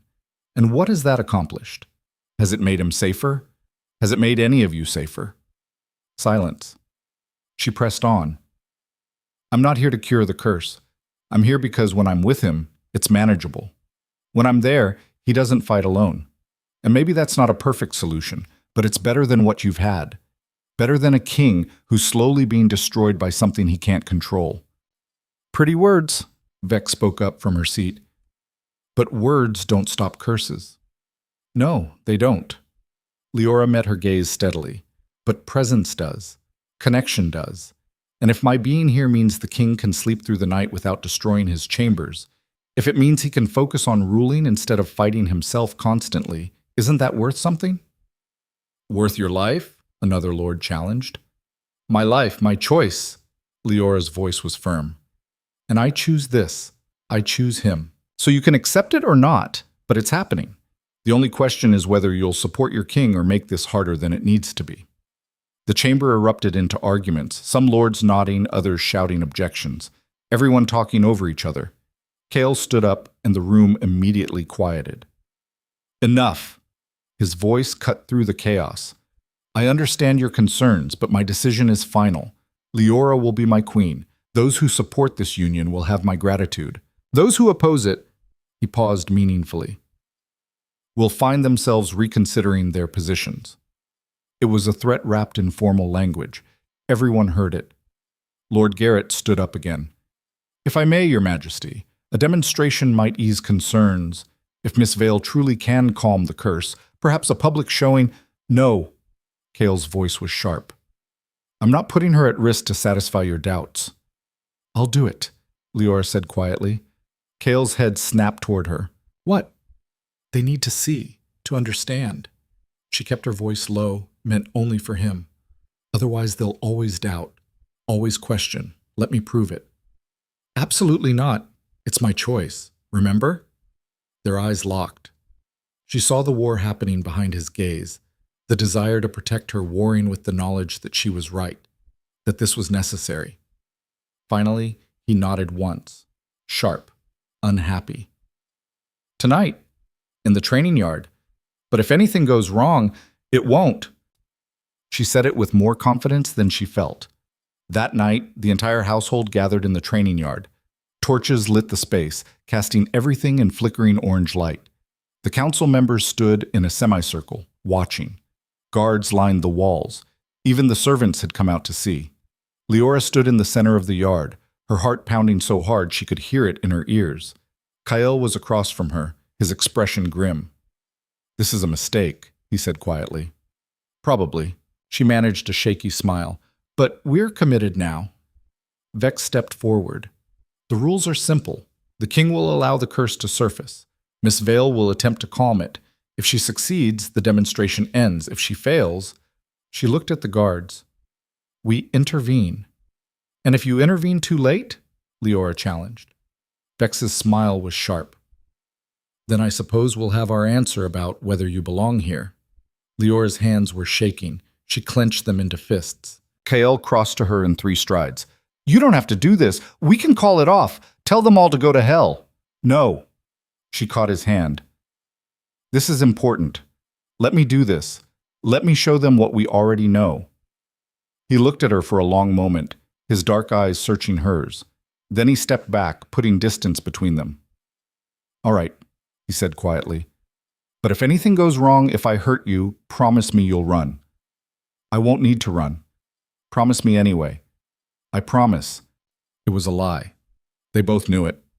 Kale closed his eyes and stopped fighting, stopped holding back the rage that he kept locked down every waking moment. Liora watched as the curse rushed in to fill the space, saw his whole body tense, saw his hands curl into claws, saw the humanity drain out of his eyes, and something wild and violent take its place. He looked at her like he didn't recognize her, like she was prey. The crowd pressed back instinctively. Someone gasped. Liora heard Vex mutter something that might have been a prayer or a curse. Kale snarled, a sound that wasn't human, and lunged. Liora didn't run, didn't flinch. She stepped forward to meet him. Her hand caught his face just as he reached her. The impact knocked them both off balance, but she held on, pressed her palm against his burning skin, and said clearly, I'm here. Come back. For a heartbeat, nothing happened. Kael's eyes were still black, still wrong, his breathing ragged and violent. Then she felt it. The moment he recognized her. The moment the curse faltered. "That's it," she murmured. "You're stronger than this. Come back to me." His hands came up. She thought he was going to push her away. Instead, he grabbed her arms and held on like she was the only thing keeping him anchored to earth. Liora. Her name was a groan. "Can't control it." "You don't have to control it alone." She pressed her forehead to his. "I'm here. I've got you. Just breathe."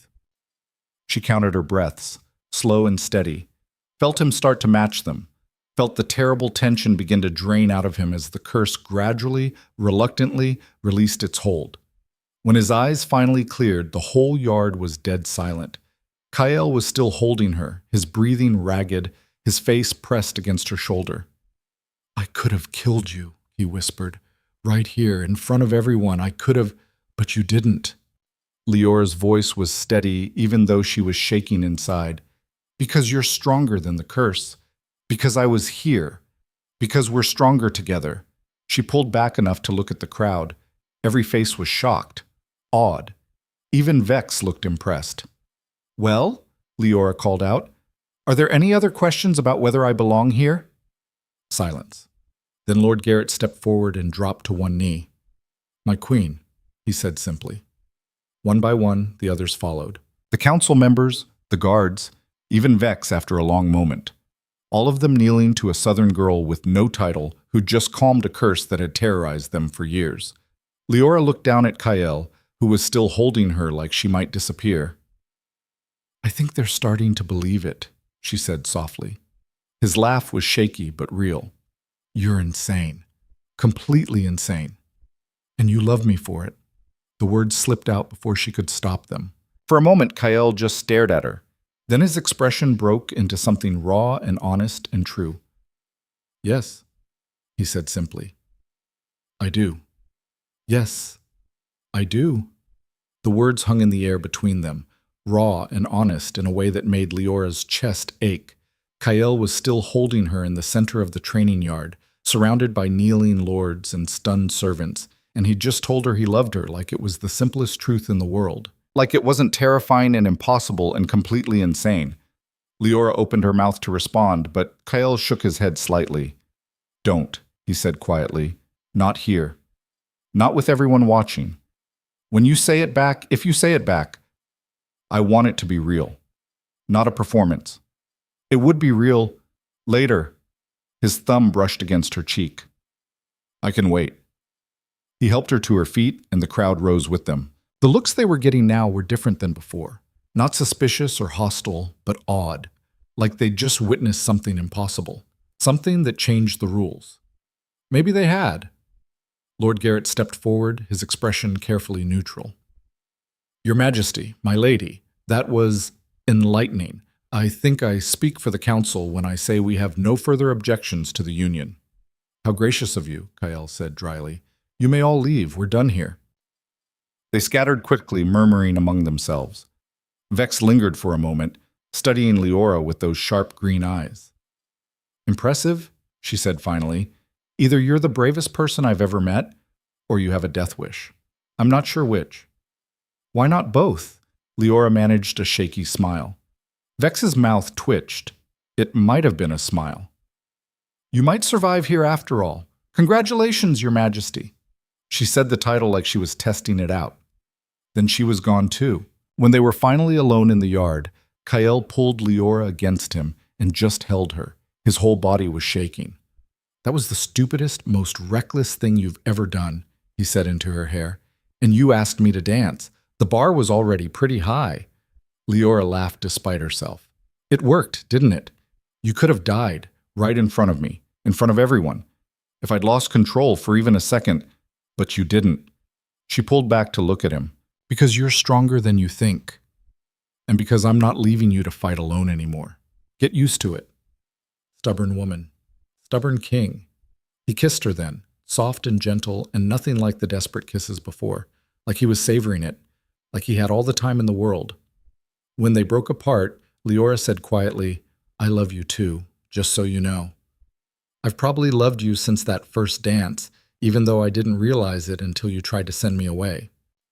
Kale's expression did something complicated. You don't have to say it just because I did. I'm saying it because it's true.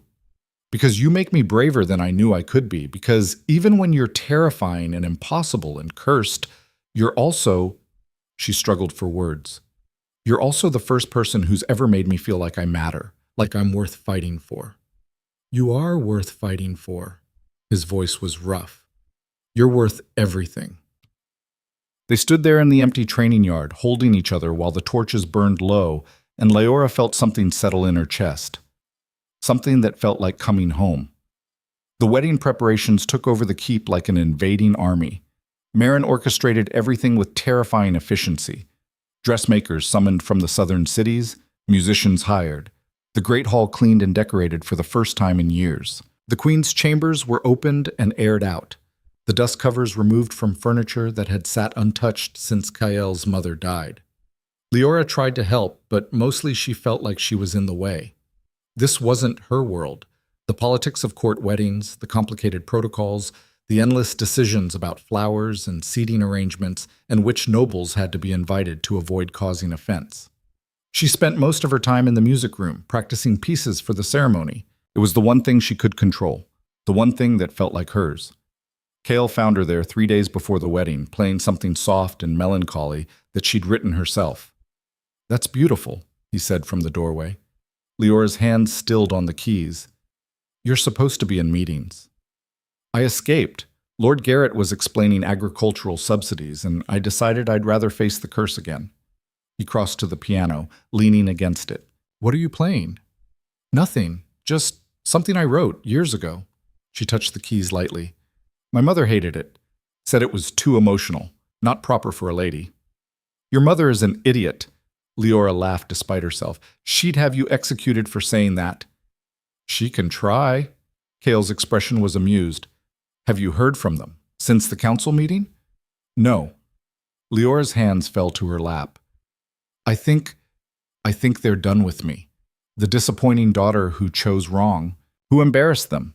They'll probably pretend I don't exist. Their loss. You say that like it's simple. It is simple."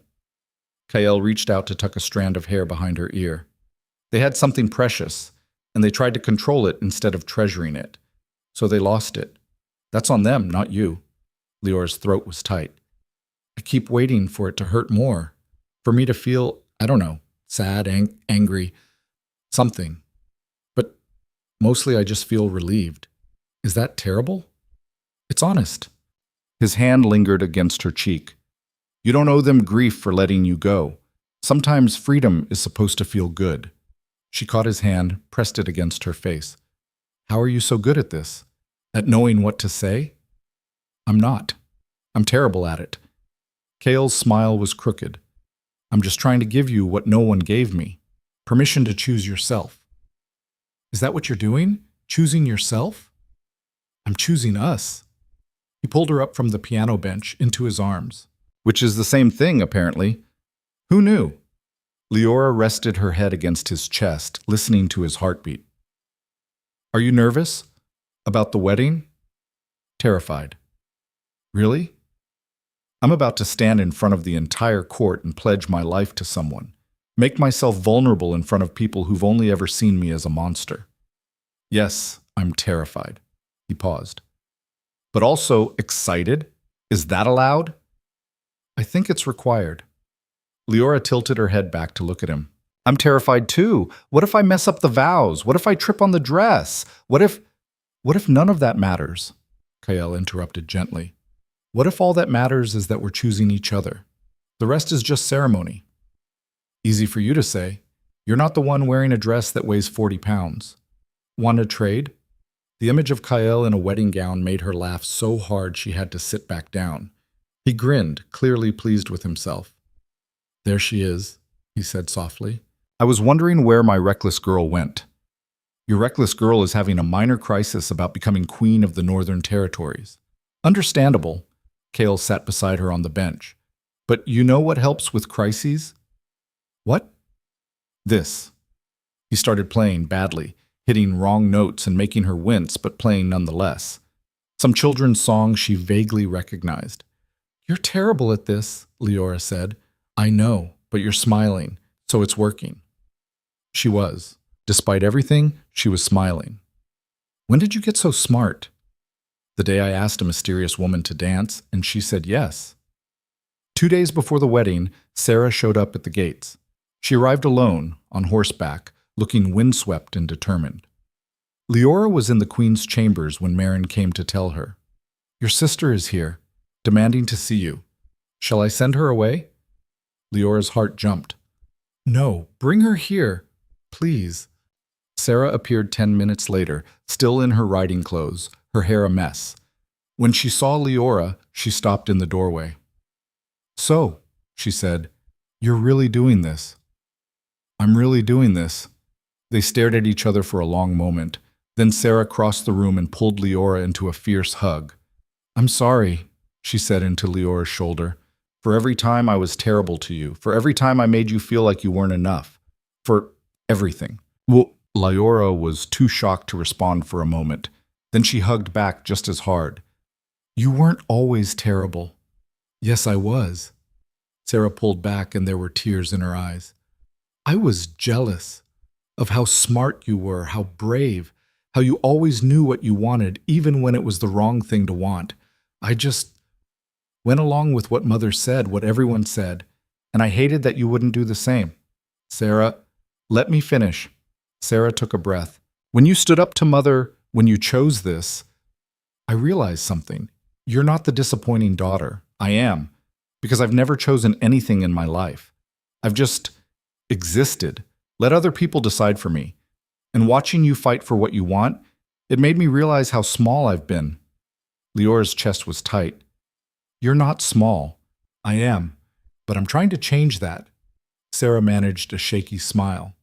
I told Mother I'm not marrying Lord Harwick, that I'm done being traded like property. She said I was being influenced by your bad example. Oh no, I said thank you. Sarah laughed. You should have seen her face. She looked like I'd slapped her, but I meant it. Your bad example is the best thing that's ever happened to me. So thank you for being brave enough to choose yourself. It gave me permission to do the same. Liora felt tears burning behind her eyes. What are you going to do? I don't know yet, but I'm going to figure it out on my own terms for the first time in my life. Sarah squeezed Leora's hands. And I came here to tell you that, and to see you get married, and to make sure you know that even if Mother and Father won't say it, I'm proud of you, so proud. The tears spilled over. Liora pulled her sister close again, and they cried together in the Queen's chambers while sunlight streamed through the windows. You know, Sarah said eventually, pulling back and wiping her eyes, I always thought you were the difficult one. Turns out you were just the honest one. The rest of us were just better at lying. That's very philosophical of you. I'm trying out being deep. How's it working? Needs practice. Sarah laughed. Then her expression turned serious. Is he good to you? The king? Because if he's not, crown or no crown, I'll find a way to make him regret it. Liora struggled to find the words. He's everything, even the broken parts, maybe especially the broken parts. Because he doesn't pretend to be perfect. He just tries, every day, to be better, to be worthy, and I love him for it. Then I'm happy for you. Sarah smiled. Even if Mother would disown me for saying it, which she probably already has, so there's that. You can stay here, if you need to. There's plenty of room. No. Sarah shook her head. I need to figure out my own path, but thank you for offering, for being my sister, even when I didn't deserve it. You always deserved it. They spent the rest of the day together, and for the first time in years, Liora felt like she had her sister back. The real Sarah, not the perfect doll their mother had created. It was worth everything. The wedding day dawned clear and cold. Liora woke up in the Queen's chambers. She'd moved there the day before, at Kael's insistence, and lay in bed staring at the ceiling. Today, this was actually happening. In a few hours, she'd be married. Queen, bound to a cursed king in front of everyone. She should be terrified. Instead, she felt calm, ready. This was right. She knew it in her bones. Marin appeared with breakfast and an army of servants to help her dress. The gown was beautiful, deep midnight blue to match Kael's house colors, with silver embroidery that caught the light. It took 3 people to get her into it. "You look like a queen," Marin said when they were done. Her voice was almost kind. "His Majesty is a lucky man." "I'm the lucky one," Liora said. Marin's expression softened slightly. "Perhaps you're both lucky. Perhaps that's how it's supposed to work." The ceremony was held in the Great Hall, which had been transformed. Flowers everywhere, white and silver, winter roses that shouldn't be blooming but were anyway. Candles burning in every corner. The entire court packed in. Nobles from all 5 kingdoms who'd traveled to witness this impossible union. Liora walked down the aisle alone. Her family wasn't there. She'd known they wouldn't be. But Sarah was in the front row, smiling through tears. And at the end of the aisle, waiting for her, was Kael. He looked stunning. All in black except for the silver crown on his head, his dark eyes fixed on her like she was the only person in the room, like nothing else existed except this moment. When she reached him, he took her hands and held on tight. "Hi," he said quietly. "Hi yourself. You look... I don't have words. You look like I'm about to faint, like you're about to change everything." The ceremony was traditional, old words about duty and honor and ruling together. But when it came time for their personal vows, Kael went off script. "I'm supposed to promise you protection," he said, his voice carrying through the hall. "Safety, security, all the things a king is supposed to provide his queen. But we both know that's not what this is. I can't promise you safety. I'm cursed. I'm dangerous. I'm broken in ways that might never fully heal." The hall was dead silent. Liora's heart was pounding. "But I can promise you honesty," Kael continued. "I can promise that I'll fight this curse every day for the rest of my life because you're worth fighting for. I can promise that I'll choose you over fear, over darkness, over every instinct that tells me to push you away to keep you safe. I can promise that you'll never fight alone again. And I can promise that loving you is the bravest thing I've ever done." His hands were shaking in hers. "So I don't know if that's enough," he finished quietly. "I don't know if I'm enough, but I'm yours. Completely. If you'll have me." Liora's vision was blurry with tears. When it was her turn, she had to clear her throat twice before she could speak. "I'm supposed to promise you obedience," she said. "Support. All the things a proper queen is supposed to give. But we both know I'm terrible at being proper. I ask too many questions. I make reckless choices. I refuse to stay safe when staying safe means staying silent." She saw Kael's mouth twitch into almost a smile. "But I can promise you partnership," Liora continued. "I can promise that I'll stand beside you when the curse comes, that I'll hold you together when you feel like breaking apart, that I'll remind you every day that you're more than what the darkness says you are. I can promise that I'll choose you over fear, over tradition, over every voice that tells me I should run. And I can promise that you'll never be alone again, not while I'm breathing." She squeezed his hands. "So I don't know if that's what you need," she finished, "but it's what I have to give. And it's yours, all of it, for as long as you'll have me." "Forever," Kael said immediately. "I'll have you forever." The priest cleared his throat awkwardly. "By the power vested in me by the crown and the old laws, I now pronounce you husband and wife. Your Majesty, you may—" Kael was already kissing her. The hall erupted into cheers and applause, but Liora barely heard it. All she could feel was Kael's arms around her, his lips on hers, the solid certainty that this was exactly where she was meant to be. When they finally broke apart, both breathless and grinning, Kael pressed his forehead to hers. "You're stuck with me now," he murmured. "Good. I was planning on it. My queen. My king." They walked back down the aisle together, hand in hand, and Liora felt the weight of every eye on them, felt the whispers, the shock, the disbelief that this was real. Let them whisper, let them doubt. She'd proven them wrong before. She'd do it again. The feast that followed was overwhelming, course after course of food, wine flowing freely, music and dancing, and more people than Liora could count. Lords and ladies congratulating them, offering toasts, making carefully worded comments about how unexpected this all was. Liora smiled and nodded and let Kael handle most of it. He was good at this part. The politics, the careful navigation of egos and alliances. She just held his hand under the table and tried not to let the noise overwhelm her. Halfway through the feast, Vex appeared at Leora's elbow with a glass of wine. "You survived," she said. "Congratulations." "The ceremony or the feast?" "Both, either. Take your pick." Vex studied her with those sharp green eyes. "You know this isn't over, right? The hard part's just beginning. Being queen is more than standing next to the king and looking pretty." "I know." "Do you? Because there are people in this room who will test you, who will push to see if you break, who think you're just a pretty southern girl who got lucky." Vex leaned closer. "Prove them wrong. Be the queen this kingdom needs, not the one they expect. And what kind of queen does this kingdom need? One who isn't afraid to fight. One who sees the king as a partner, not a master. One who can calm a curse but also rule with her own strength." Vex paused. "One like you, maybe, if you're brave enough." "I'm terrified," Liora admitted. "Good. Terror keeps you sharp. Just don't let it stop you." Vex raised her glass. "To the new queen, may she be stronger than she looks." "I'll drink to that," Liora said. They clinked glasses, and Vex disappeared back into the crowd. Kale appeared beside her a moment later. What did Vex want? To threaten me, I think, or encourage me, maybe both. That sounds like Vex. He pulled Liora to her feet. "Dance with me."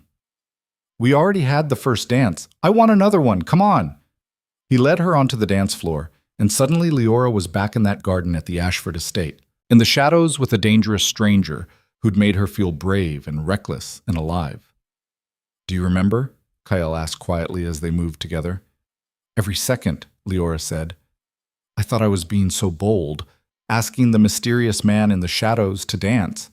Turns out I was just asking for trouble. The best kind of trouble. The most dangerous kind." "Same thing." Kale spun her gently. "I knew that night, you know, that you were going to ruin me, that if I let you close, I'd never be the same. I just didn't know if that was a good thing or a bad thing. And now? Now I know it's the best thing that's ever happened to me." He pulled her closer. "You saved me, Liora. Not from the curse.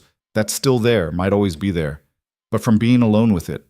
From thinking I deserve to suffer forever because of what I carry. You saved me from myself." "You did the same for me," Liora said softly. "Saved me from a life of being what other people wanted instead of who I am.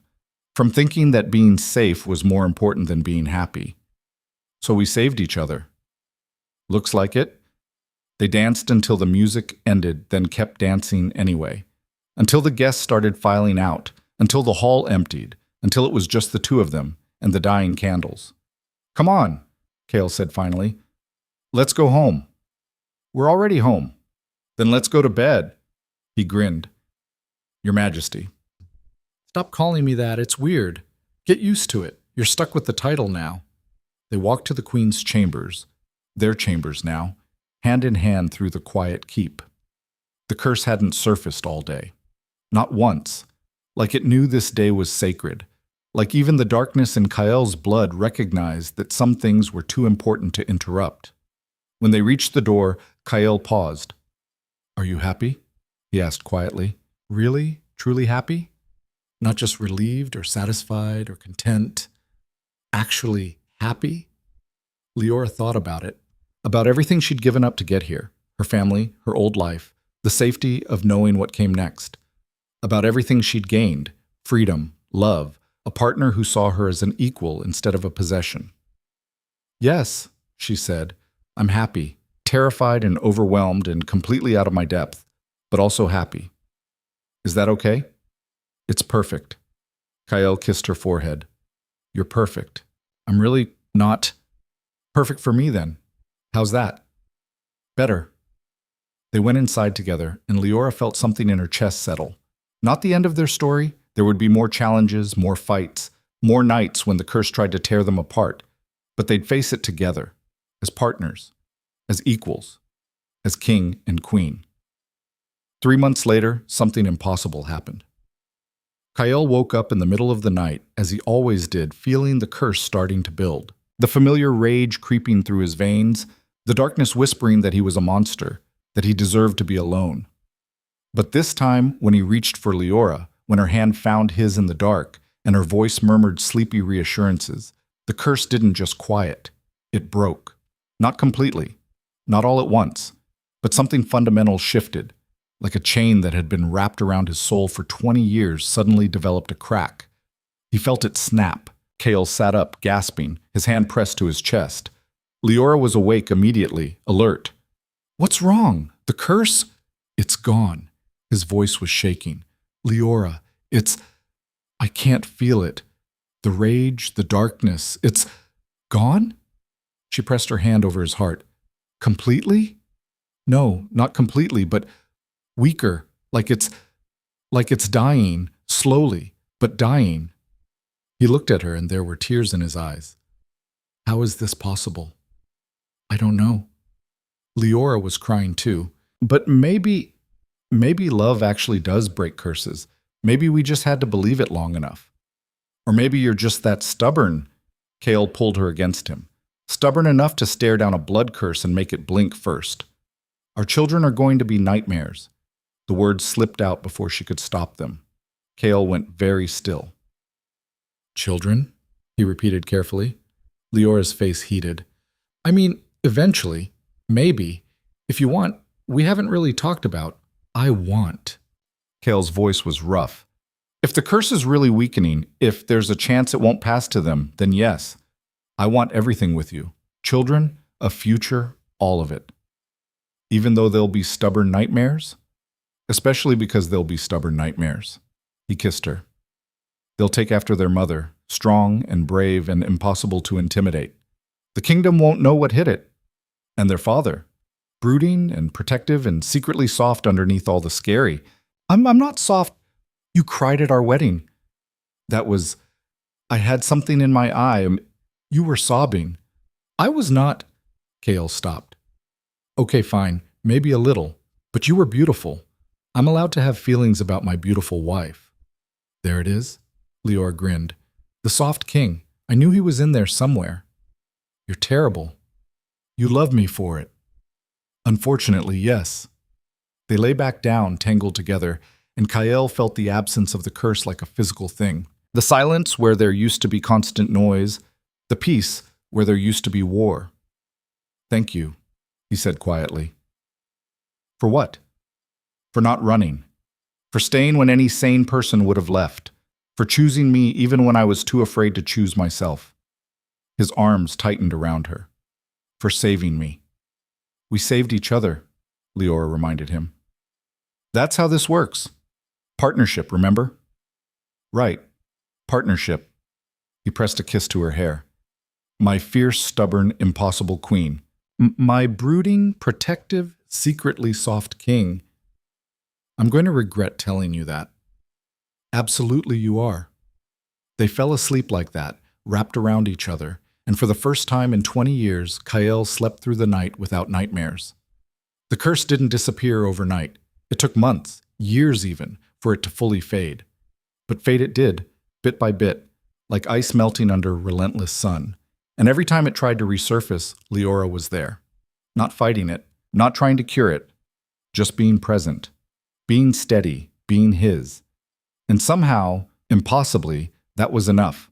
The court learned to accept their unusual queen, the southern girl with no title who'd calmed a curse and stolen a king's heart. Some of them even grew to respect her. To see that strength came in different forms.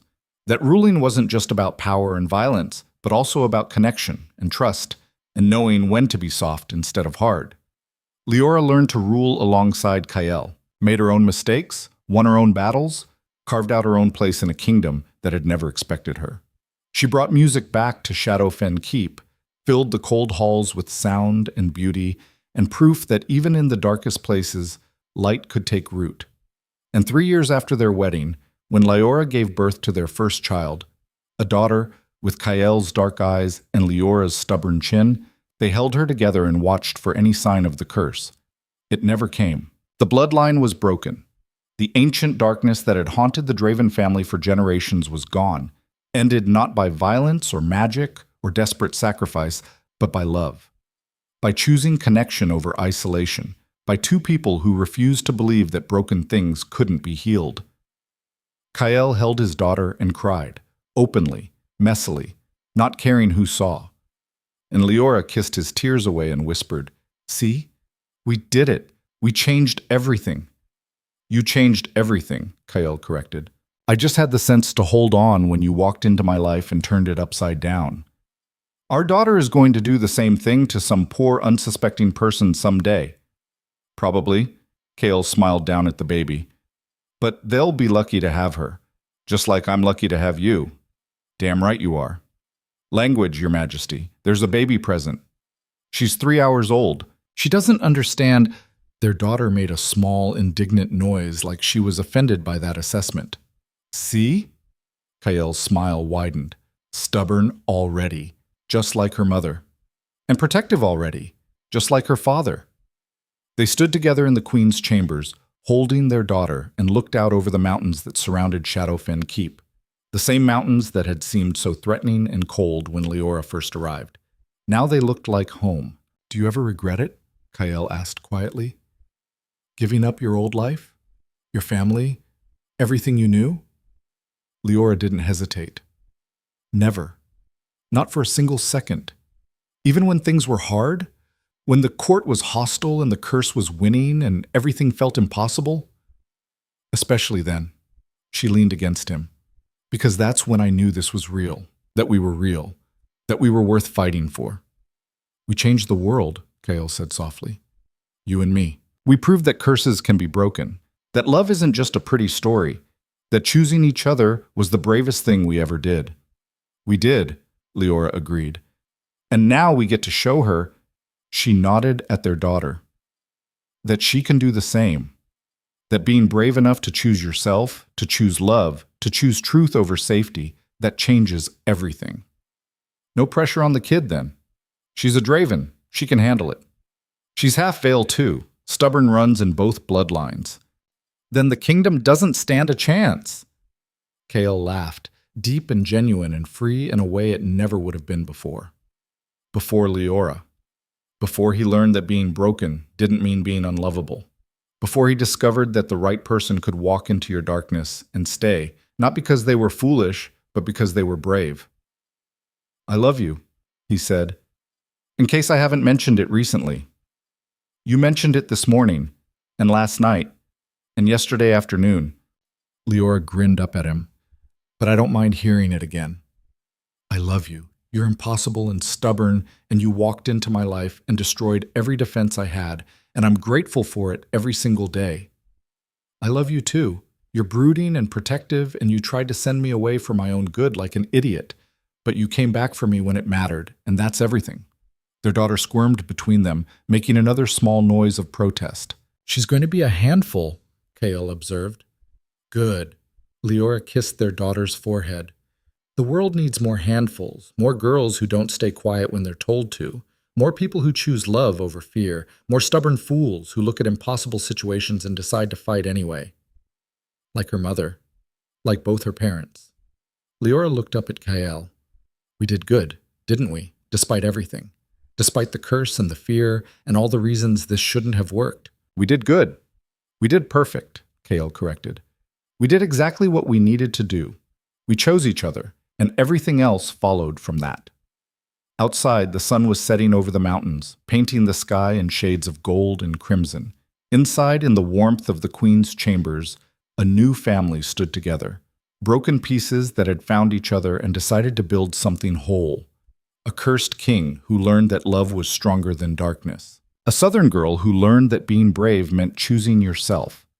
And a daughter who would grow up knowing that curses could be broken, that love was real, and that the most powerful magic in the world was simply refusing to give up on each other. They'd rewritten destiny, changed the rules, proven that even in the harshest, most unforgiving places, connection could take root and thrive. And maybe that was the real ending. Not a perfect happily ever after with no more challenges or struggles, but a beginning, a promise. A future built on the stubborn belief that love, messy, complicated, imperfect love, could change everything. It already had.